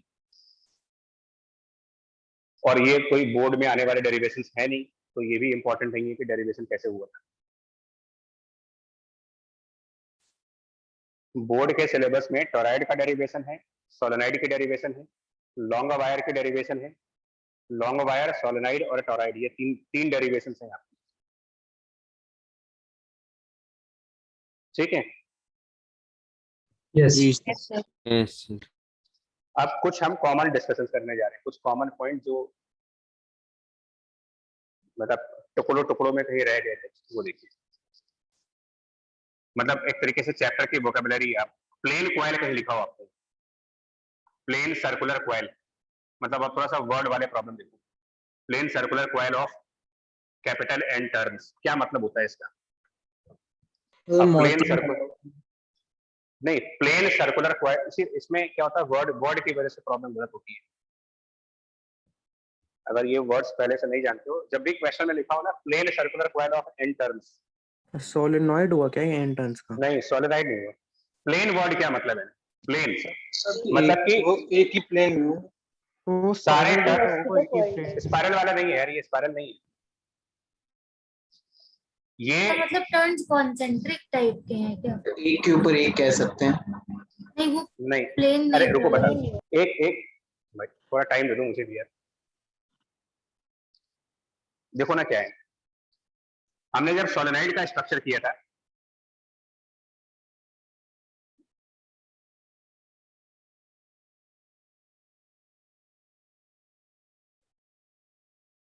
अगर मान लो आप एल लेंथ का सोलेनॉइड लेते हो और एन नंबर ऑफ टर्न्स है उसमें, रेडियस आ रहे हैं, अब बता पाओगे इसके मिड पॉइंट पर मैग्नेटिक फील्ड क्या आएगा, सेंटर पर मैग्नेटिक फील्ड की वैल्यू? वाला मेथड याद करो, पिछले क्लास में ये बताया गया था कि अगर यहाँ पर ये दो सॉलिनॉइड मान के बात कर लेंगे। याद करो, mu naught capital N I upon 2l। अगर आधे सोलेनॉइड की बात करें, L/2। एक्चुअली यहाँ पर स्मॉल एन भी लिख सकते हो, number of turns per unit length, yes sir. Yes और थीटा 1 और साथ में कॉस थीटा था ना। Yes sir. यस तो अगर आप आधे सोलेनॉइड की बात करोगे तो ये वाला एंगल चाहिए cos of this angle, cos of this angle will be this length. Sir L/2 divided by under root L square by 2 4 L square by root R of square R square R square plus L square by 4, ये आधे solenoid का हुआ, और एक और आधा solenoid है तो इंटू 2 और कर इसी देंगे। तरह प्रूव। ये पहले तो आप इसका आंसर देखो क्या आएगा, ये आंसर बना। अब अगर हम सोलेनॉइड की लेंथ छोटी कर दें और रेडियस बड़ी कर दें, पहले हम लोगों ने क्या किया था, लेंथ बहुत बड़ी कर दी थी और रेडियस को छोटा किया था। रिवर्स अप्रोक्सीमेशन लगाइए, radius much larger than length, check करो क्या रिजल्ट आएगा। ये केस कहलाता है आपका plane circular coil. A plane circular coil, special case of solenoid है where the radius is much larger than the length of the solenoid। क्या बनेगा result? Mu naught N I L by 2r। L square by 4 neglect कर दीजिए। NIL/2r।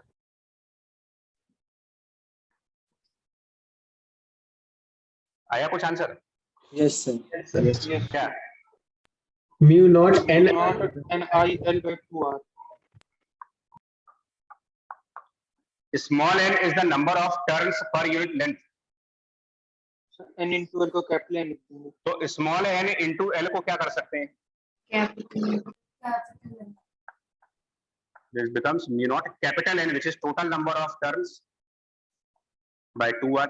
ये तो एक तरीके से सर्किल वाला फॉर्मूला आ गया। सर वो करंट इक्विवेलेंट बढ़ गया बस। अगर आप याद करो तो ये एक तरीके से ये नहीं हो गया, एक सर्किल के सेंटर का मैग्नेटिक फील्ड का फॉर्मूला उसको नंबर ऑफ टर्न से डायरेक्ट मल्टीप्लाई कर दिया गया। Yes sir. तो इसका मतलब क्या हुआ कि ये जो पॉइंट है ये सभी टर्न्स का सेंटर बन जाएगा, तभी तो ऐसा आ रहा है। मतलब वो इसकी विड्थ बहुत ही ज्यादा छोटी है इस वजह और क्या ऐसा लग नहीं रहा कि बहुत छोटी लेंथ हो जाएगी जब लेंथ ऑफ सोलेनॉइड, इसको स्क्वीज कर दे आप, इसको पूरी तरीके से कंप्रेस कर दो, लगेगा कि है ही नहीं बस। तो क्या ये पॉइंट इन सभी सर्कुलर कॉइल, इसका भी सेंटर, इसका सेंटर, इसका सेंटर, सब कॉमन सेंटर नहीं मान सकते? अप्रोक्सीमेटली कॉमन सेंटर बन जाएगा। यस सारे टर्न। और जब सभी टर्न्स के सेंटर अप्रोक्सीमेटली कॉमन हो जाएंगे तो क्या ये सभी टर्न नियरली सेम प्लेन में नहीं आ गए? Yes sir. एक सर्कल का ऐसा लगता है एक सर्कल का टर्न से ही मल्टीप्लाई होगा, इसीलिए प्लेन कॉइल कह रहे हैं। प्लेन कॉइल का मतलब a coil in which every turn is identical of the same size and in the same plane, उसका आंसर ये बन जाएगा। तो कभी न्यूमेरिकल में लिखा हो ना, find the magnetic field at the center of plane coil, ये आंसर। और इसी में जब दूसरा केस लगा देते हो, length much larger than radius, तो it becomes long solenoid. Mu naught ये finite solenoid, long solenoid, plane coil, सब एक ही के अप्रोक्सीमेशन हैं। यहाँ रिजल्ट कुछ और बन जाता है, यहाँ जाते ही मेरा रिजल्ट म्यू नॉट NI बन जाता है। तो एक तो ये बात ध्यान रखना, कभी कभी क्या होता है कि नॉलेज ना होने से आसान क्वेश्चन भी गलत हो जाते हैं।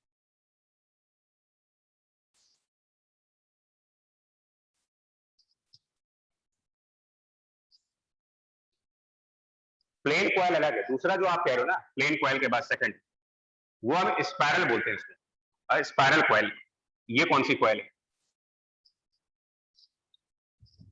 ये आपकी वो मॉस्किटो कॉइल जैसी है। सर मैं यही समझ रही थी उसको पहले वाले। तभी तो इसीलिए तो बता दे रहे ना, वरना होगा क्या कि मान लो ये सब डिस्कस ना हो और प्रैक्टिस में ना हो। क्यों?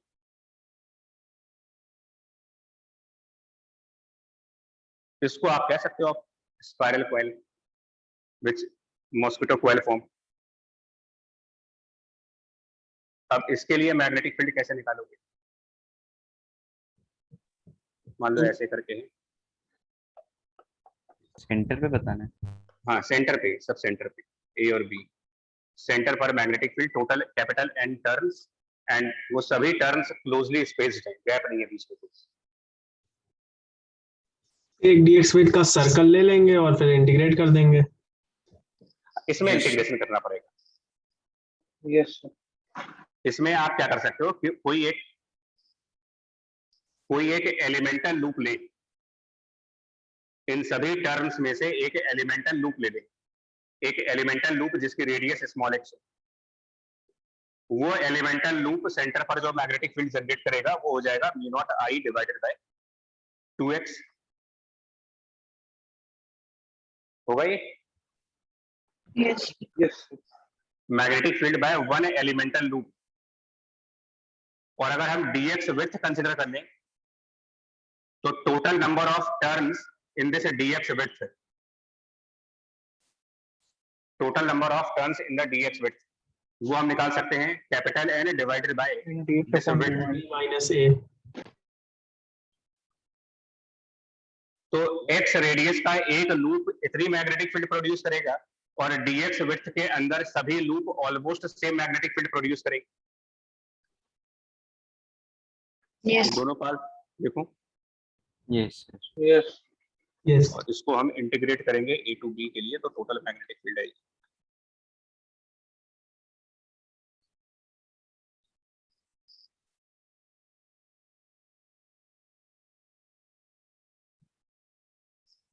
ठीक है जी। यस यस आगे इसका आंसर निकाल लीजिए क्या था, जो भी बेसिक इंटीग्रेशन रहेगी। Mu naught N by 2B minus A into ln B by LNB by log में ऐड होगा।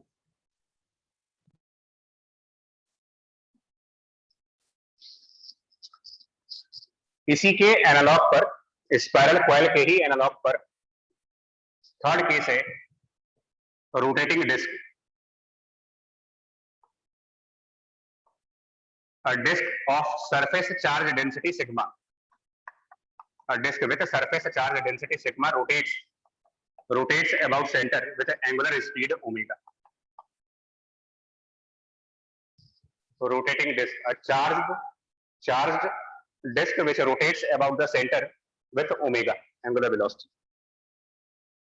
Question is, what is magnetic field at the center?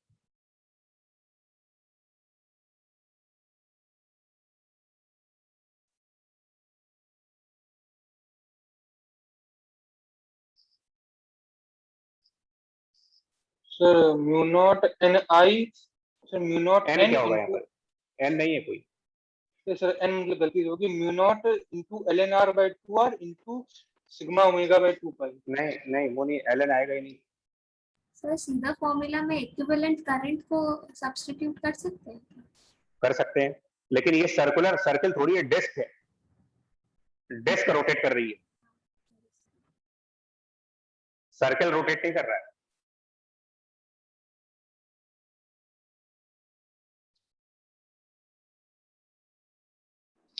Her term में करंट भी अलग होगा भाई। जो चार्जेस, अच्छा ऐसे सोचिए, ये डिस्क रोटेट कर रही है ना, यानी कि कुछ चार्जेस सेंटर के क्लोज रिवॉल्व कर रहे होंगे, कुछ चार्जेस सेंटर से दूर रिवॉल्व कर रहे होंगे, कुछ और ज्यादा दूर रिवॉल्व कर रहे होंगे। सारे चार्जेस अलग अलग रेडियस पर रिवॉल्व नहीं कर रहे। Yes sir. तो क्या सबका मैग्नेटिक इफेक्ट सेम आएगा? जो चार्ज सेंटर के पास रिवॉल्व कर रहा है उसका मैग्नेटिक इफेक्ट, जो चार्ज सेंटर से दूर रिवॉल्व कर रहा है उसका मैग्नेटिक इफेक्ट अलग अलग है। तो आपको करना क्या पड़ेगा sir? Mu naught sigma R omega by 2। हाँ, इसकी ये सही आंसर है। इसके अंदर भी आपको एक एलिमेंटल रिंग माननी पड़ेगी। एक एलिमेंटल रिंग मानो जिसका radius small r and width d r, और ये पता लगाइए कि रिंग पर कितना चार्ज होगा इस पूरे रिंग के ऊपर। Sigma into 2 pi x D. 2 pi R D are. तो सिग्मा और उसका एरिया हो जाएगा 2 पाई आर डी आर। ये होगा charge, charge on the elemental ring. Charge को फ्रीक्वेंसी ऑफ रिवॉल्यूशन से मल्टीप्लाई करिए। Charge into frequency of revolution, ये होता है इक्विवेलेंट करंट। ये करंट एक तरीके से इस रिंग के अंदर चल रही है। रिंग को सर्कुलर लूप मान सकते हैं और सर्किल के सेंटर पर मैग्नेटिक फील्ड का फॉर्मूला लगाएं। So mu naught into current in the ring by 2 times of the radius. आया समझ में तक? यस। इसको इंटीग्रेट करेंगे 0 से टोटल रेडियस के लिए, which gives magnetic field B.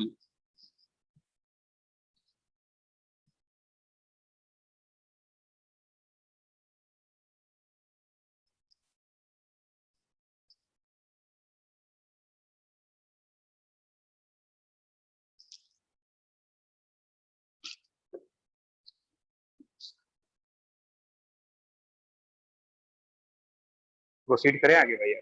आज एक्चुअली किसी तरीके से बस क्लोज करना चाह रहे हैं चैप्टर। Yes sir. बहुत टाइम से चल रहा है ऐसा नहीं।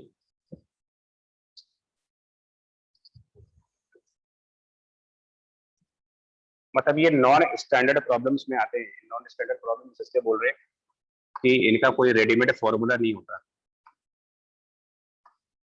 नेक्स्ट क्वेश्चन देखिए। hollow sphere और may be a conducting sphere. Charge कहां पर होगा इसके? या तो hollow sphere कह दो या कंडक्टिंग स्फीयर कह दो। सरफेस पे होगा। तो इसका मतलब स्फीयर के सरफेस पर मान लेते हैं capital Q charge, uniformly distributed capital Q charge over the surface of sphere जिसका रेडियस आर हो।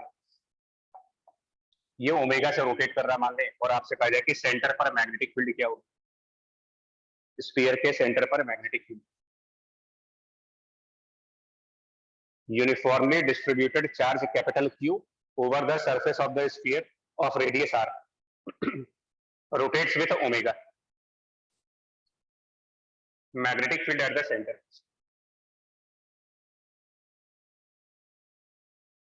इनमें क्या होता है, ना तो बायट सबट लगता है ना एम्पियर लगता है। इस टाइप के क्वेश्चंस कैलकुलस बेस्ड करना पड़ेगा। हाँ, वो आपको एलिमेंट लेके ही सॉल्व करना है। डिस्क का एलिमेंटल फॉर्म लेके डिस्क नहीं होगा, हॉलो स्फीयर है। इसमें डिस्क नहीं होगा। सर रिंग लेना पड़ेगा। सर एक रिंग लेनी पड़ेगी सर। तो आप स्फीयर के सरफेस पर एक सर्कुलर बैंड बनाओगे, सर्कुलर बैंड इसके अराउंड, और ये एलिमेंट आपको याद दिलाओ मोमेंट ऑफ इनर्शिया के चैप्टर में जब हम थीटा में लेते हैं, डी थीटा में डिजिटल पैड पे पढ़ा रहे थे तो आपको कलर्ड डायग्राम के थ्रू दिखाए थे। स्फीयर के अराउंड रिबन सही है। Yes sir. Yes sir. इनमें एलिमेंट हम पोलर कोऑर्डिनेट्स के फॉर्म में लेते हैं, थीटा पे जाकर डी थीटा वाला। इधर ना हॉलो स्फीयर में जब भी एलिमेंट लोगे तो आप थीटा पे डी थीटा वाला दिखाते हो। यस। बताइए इस सर्कुलर बैंड का एरिया क्या है? Area of this circular band sphere के अराउंड क्या रेडियस है इसका बैंड का? अगर और sphere sin capital theta sphere अगर sin capital R theta. Radius का है तो radius of this circle R sine theta 2 pi R sine theta इसका Pi r circumference sin theta d theta.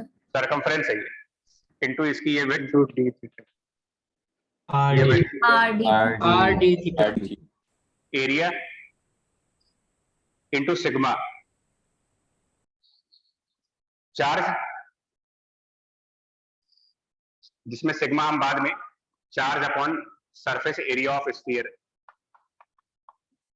ये बाद में रिप्लेस कर लें। ये चार्ज आया charge on this band into omega by 2 pi frequency of revolution. ये क्या बना? करंट इक्विवेलेंट करंट करंट इस बैंड में कितनी करंट है वो आई। अब जिस पॉइंट पर मैग्नेटिक फील्ड निकाल रहे हैं वो इस सर्कुलर बैंड के एक्सिस पर है, तो सर्किल के एक्सिस पर मैग्नेटिक फील्ड वाला formula mu naught by 2r into sin cube mu naught ये टोटल आई है mu naught into total I upon 2 radius r R नहीं radius of sin circle theta sin theta. Radius of circle. सावधानी हटी दुर्घटना घटी वाली कहानी है यहाँ पर। थोड़ा कंसंट्रेशन ब्रेक हुआ नहीं कि सब गड़बड़। Into sine cube theta axis वाला फॉर्मूला चल रहा है।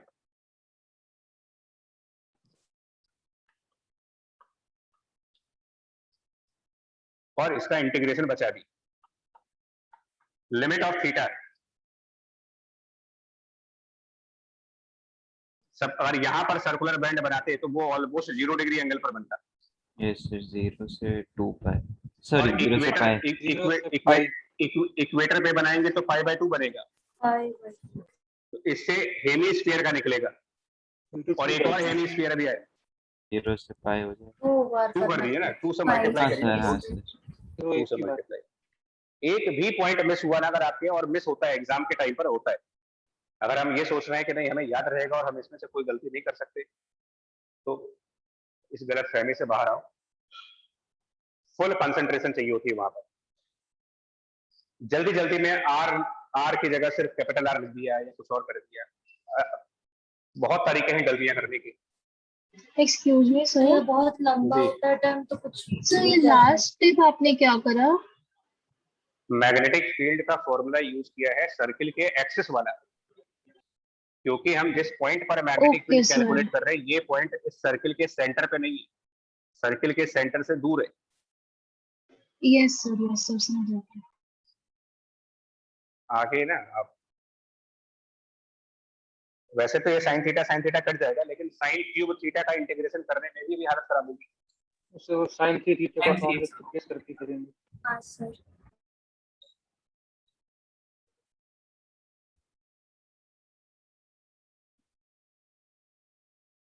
छोड़ दे रहे calculation part.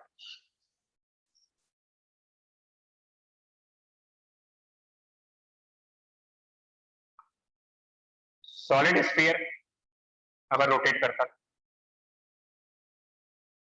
Solid sphere with omega charge इसमें क्यू है, वो हॉलो स्फीयर था, ये सॉलिड स्फीयर है।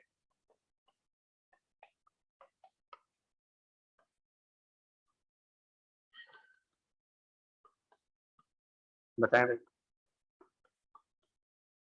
क्या पॉसिबल होगा सेंटर पर मैग्नेटिक फील्ड निकालना एक सॉलिड स्फीयर के रोटेशन में?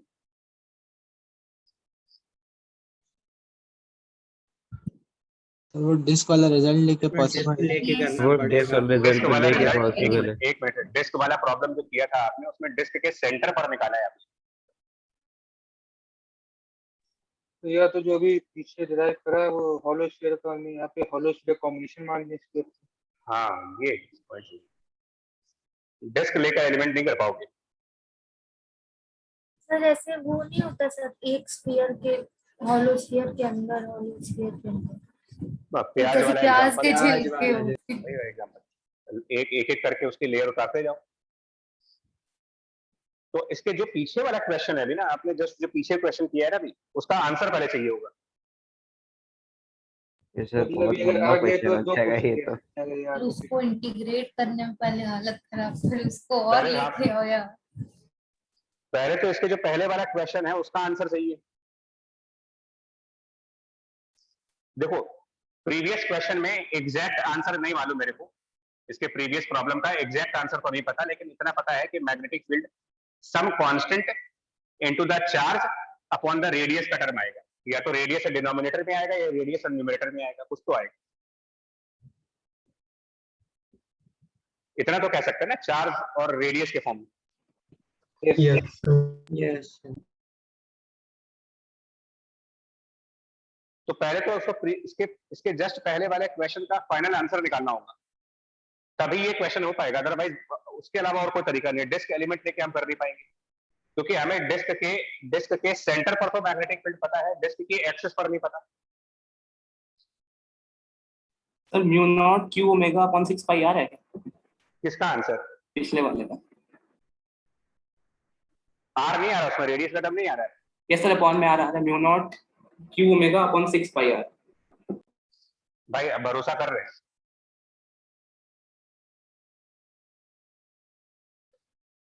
ट्रस्ट कर रहे हैं कि ये आंसर सही है पिछले वाले क्वेश्चन का। बाकी मैं तरीका बता दे रहा हूं क्या आएगा। इसके अंदर आप एक स्फेरिकल लेयर बनाओगे,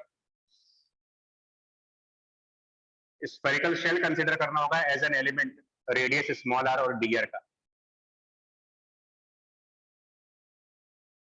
कितना चार्ज इस स्फेरिकल शेल के अंदर होगा, वॉल्यूम कितना होगा स्फेरिकल शेल का? 4 pi R D R. 4 pi R square D R. 4 pi R square D R. ये वॉल्यूम होगा इस स्फेरिकल शेल का, उसको डेंसिटी ऑफ चार्ज रो से मल्टीप्लाई करेंगे, जिसमें रो होगा total charge by the total volume. यानी ये कैलकुलेशन हुआ चार्ज का स्फेरिकल शेल के अंदर, यानी ये कैपिटल क्यू एक तरीके से चार्ज इसका निकाल लिया। और ये स्फेरिकल शेल जो मैग्नेटिक फील्ड प्रोड्यूस करेगा, अगर ये आंसर सही है तो, अगर ये आंसर सही है तो यही वाला रिजल्ट स्फेरिकल शेल के लिए अप्लाई करूं। सो म्यू नॉट अपॉन 6 पाई, ये आर इस स्फेरिकल शेल का रेडियस होगा, यानी कि स्मॉल आर, ये पूरा क्यू और ये ओमेगा, और ये इंटीग्रेट होगा 0 से कैपिटल आर। बाकी इसका मैं गारंटी नहीं दे रहा कि भाई ये सही है, हो सकता है उस बच्चे ने पूरा प्रॉपरली सॉल्व किया है, सही भी हो सकता है, बट अभी कंफर्म नहीं है ये।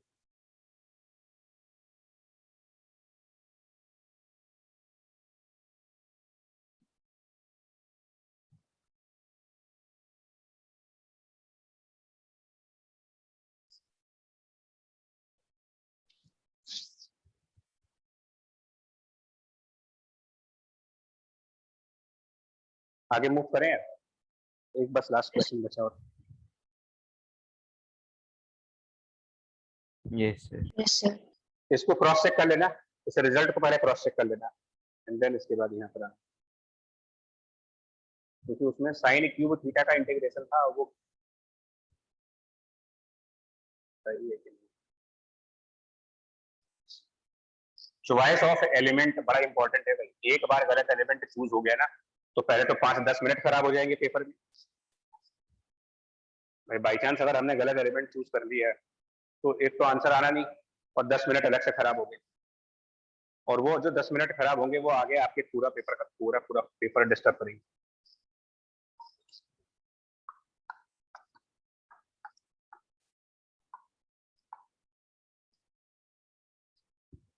एक और एग्जांपल जो फेमस एग्जांपल है कोएक्सियल केबल का।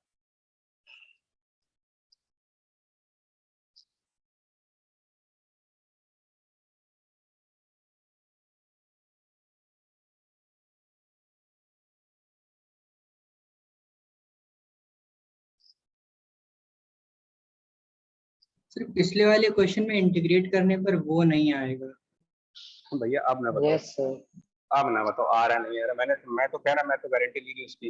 वो शायद 1/6 जो था वहां पर 2/3 आएगा सर, मैंने किया तो शायद। सर 2/3 के बाद सर q/4 पाई r स्क्वायर पुट किया था, मेरा भी 2/3 आया था पहले। फिर Q.4 पाई आ रहा अच्छा हाँ, फिर वो मैंने पुट वाला नहीं देखा था, केवल कांस्टेंट चेक किया था। फिर वही आ रहा था फिर। मतलब बाई 6 वाला आंसर सही है। यस सर 6 ही आएगा। यस सर वही आ रहा है। चल अब जो भी आ गया वो तो इरेज हो गया, मेरे पास है।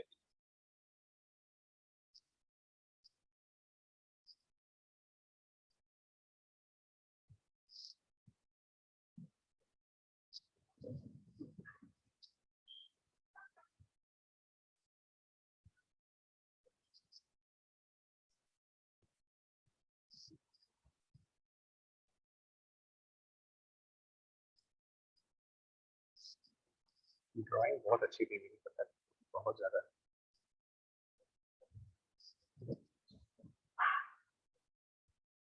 कुछ स्ट्रक्चर समझ में आ रहा है क्या है ये? ये hollow cylinder के अंदर बीच में solid समझ cylinder नहीं आ रहा दो cylinders हैं। सिलेंडर टाइप के लग रहे हैं एक के अंदर। हाँ, कोएक्सियल सिलेंडर्स है, वैसे लिखा भी है। वो दो बीच में दो में दिखती है सर, ये समझ नहीं है। नहीं नहीं, ये पूरा एक सॉलिड सिलेंडर है।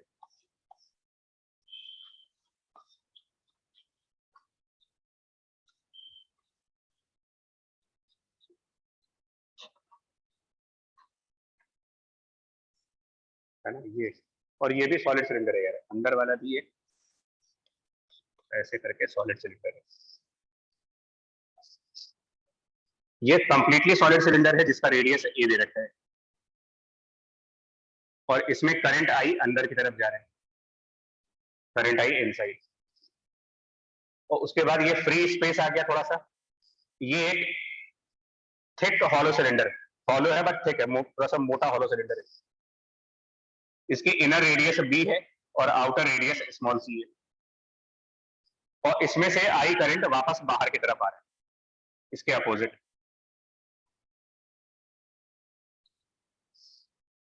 क्या अरेंजमेंट क्लियर है? यस यस यस चलिए, सेंटर से स्मॉल आर डिस्टेंस पर मैग्नेटिक फील्ड पूछा हुआ है।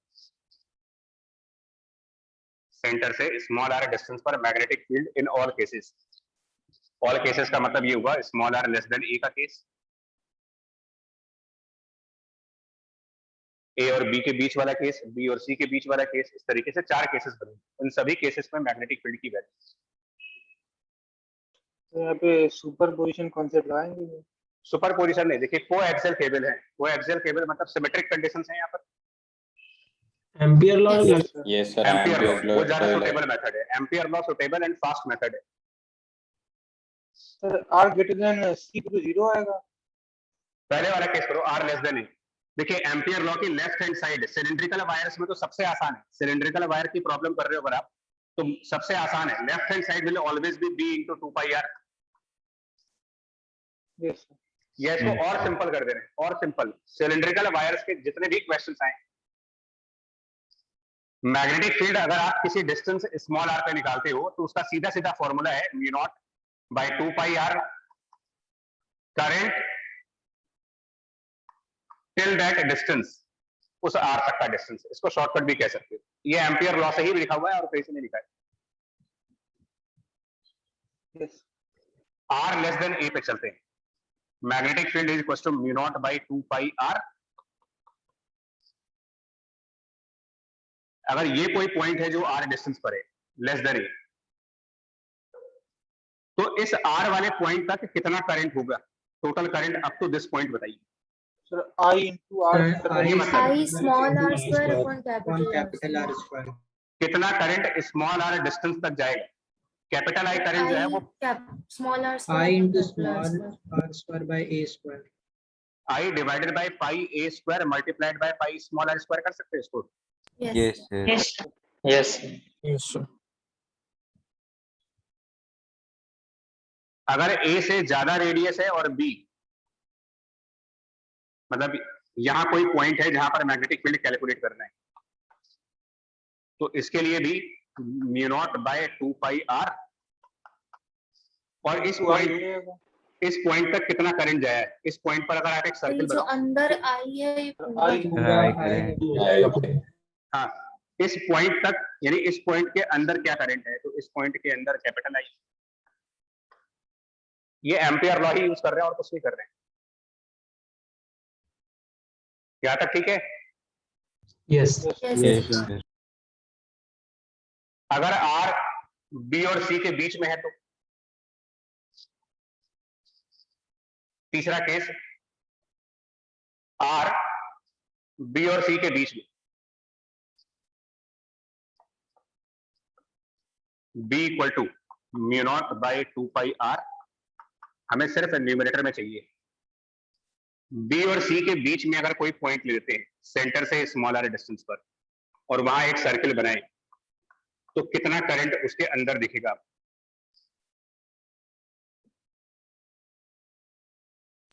इस सर्किल के अंदर कितना करंट आएगा देखिए। तो सर, एक तो इस सर्किल के अंदर ये पूरा आ ही जाएगा, तो ये पूरा वो बाहर वाले का कुछ पार्ट है आई, और बाहर वाले करंट का कुछ पार्ट जाएगा। यहाँ बाहर वाला करंट पूरा इस सर्किल में तो जाएगा नहीं, minus minus I R square upon square minus B square, क्योंकि ये जो कैपिटल आई है वो बी और सी के बीच के टोटल एरिया से फ्लो कर रहा है। कैपिटल आई का फ्लो बी और सी के बीच के टोटल एरिया से हो रहा है। हमें सिर्फ इस सर्किल तक का करंट चाहिए, तो कितना एरिया सर्किल तक है वो देख लेते हैं। ये एरिया इस पूरे एरिया का बी और सी के बीच के एरिया का कितना फ्रैक्शन हुआ, वो फ्रैक्शन फाइंड कर लो आप। उसी फ्रैक्शन में करंट भी जाएगा। Yes minus I divided by this total area between B and C, वो होगा pi square minus B square into B square R square minus B square into pi R square minus B square. ये आपका numerator part है। And the last case when R is more than C, B equals to mu naught by 2 pi R. Zero हो जाए, zero हो जाए। वो zero हो जाएगा। क्यों? इसके आउटसाइड, B के outside total current, total current sir जितना अंदर जा रहा है उतना ही बाहर आ रहा है। जितना अंदर है उतना बाहर, आई माइनस जीरो आई जीरो। जीरो। कुल मिलाकर के ये है कि कोएक्सियल केबल्स हैं अगर या कोएक्सियल सिलेंडर्स हैं तो सुपरपोजिशन मेथड से ज्यादा फास्ट मेथड एम्पियर लॉ हो जाता है।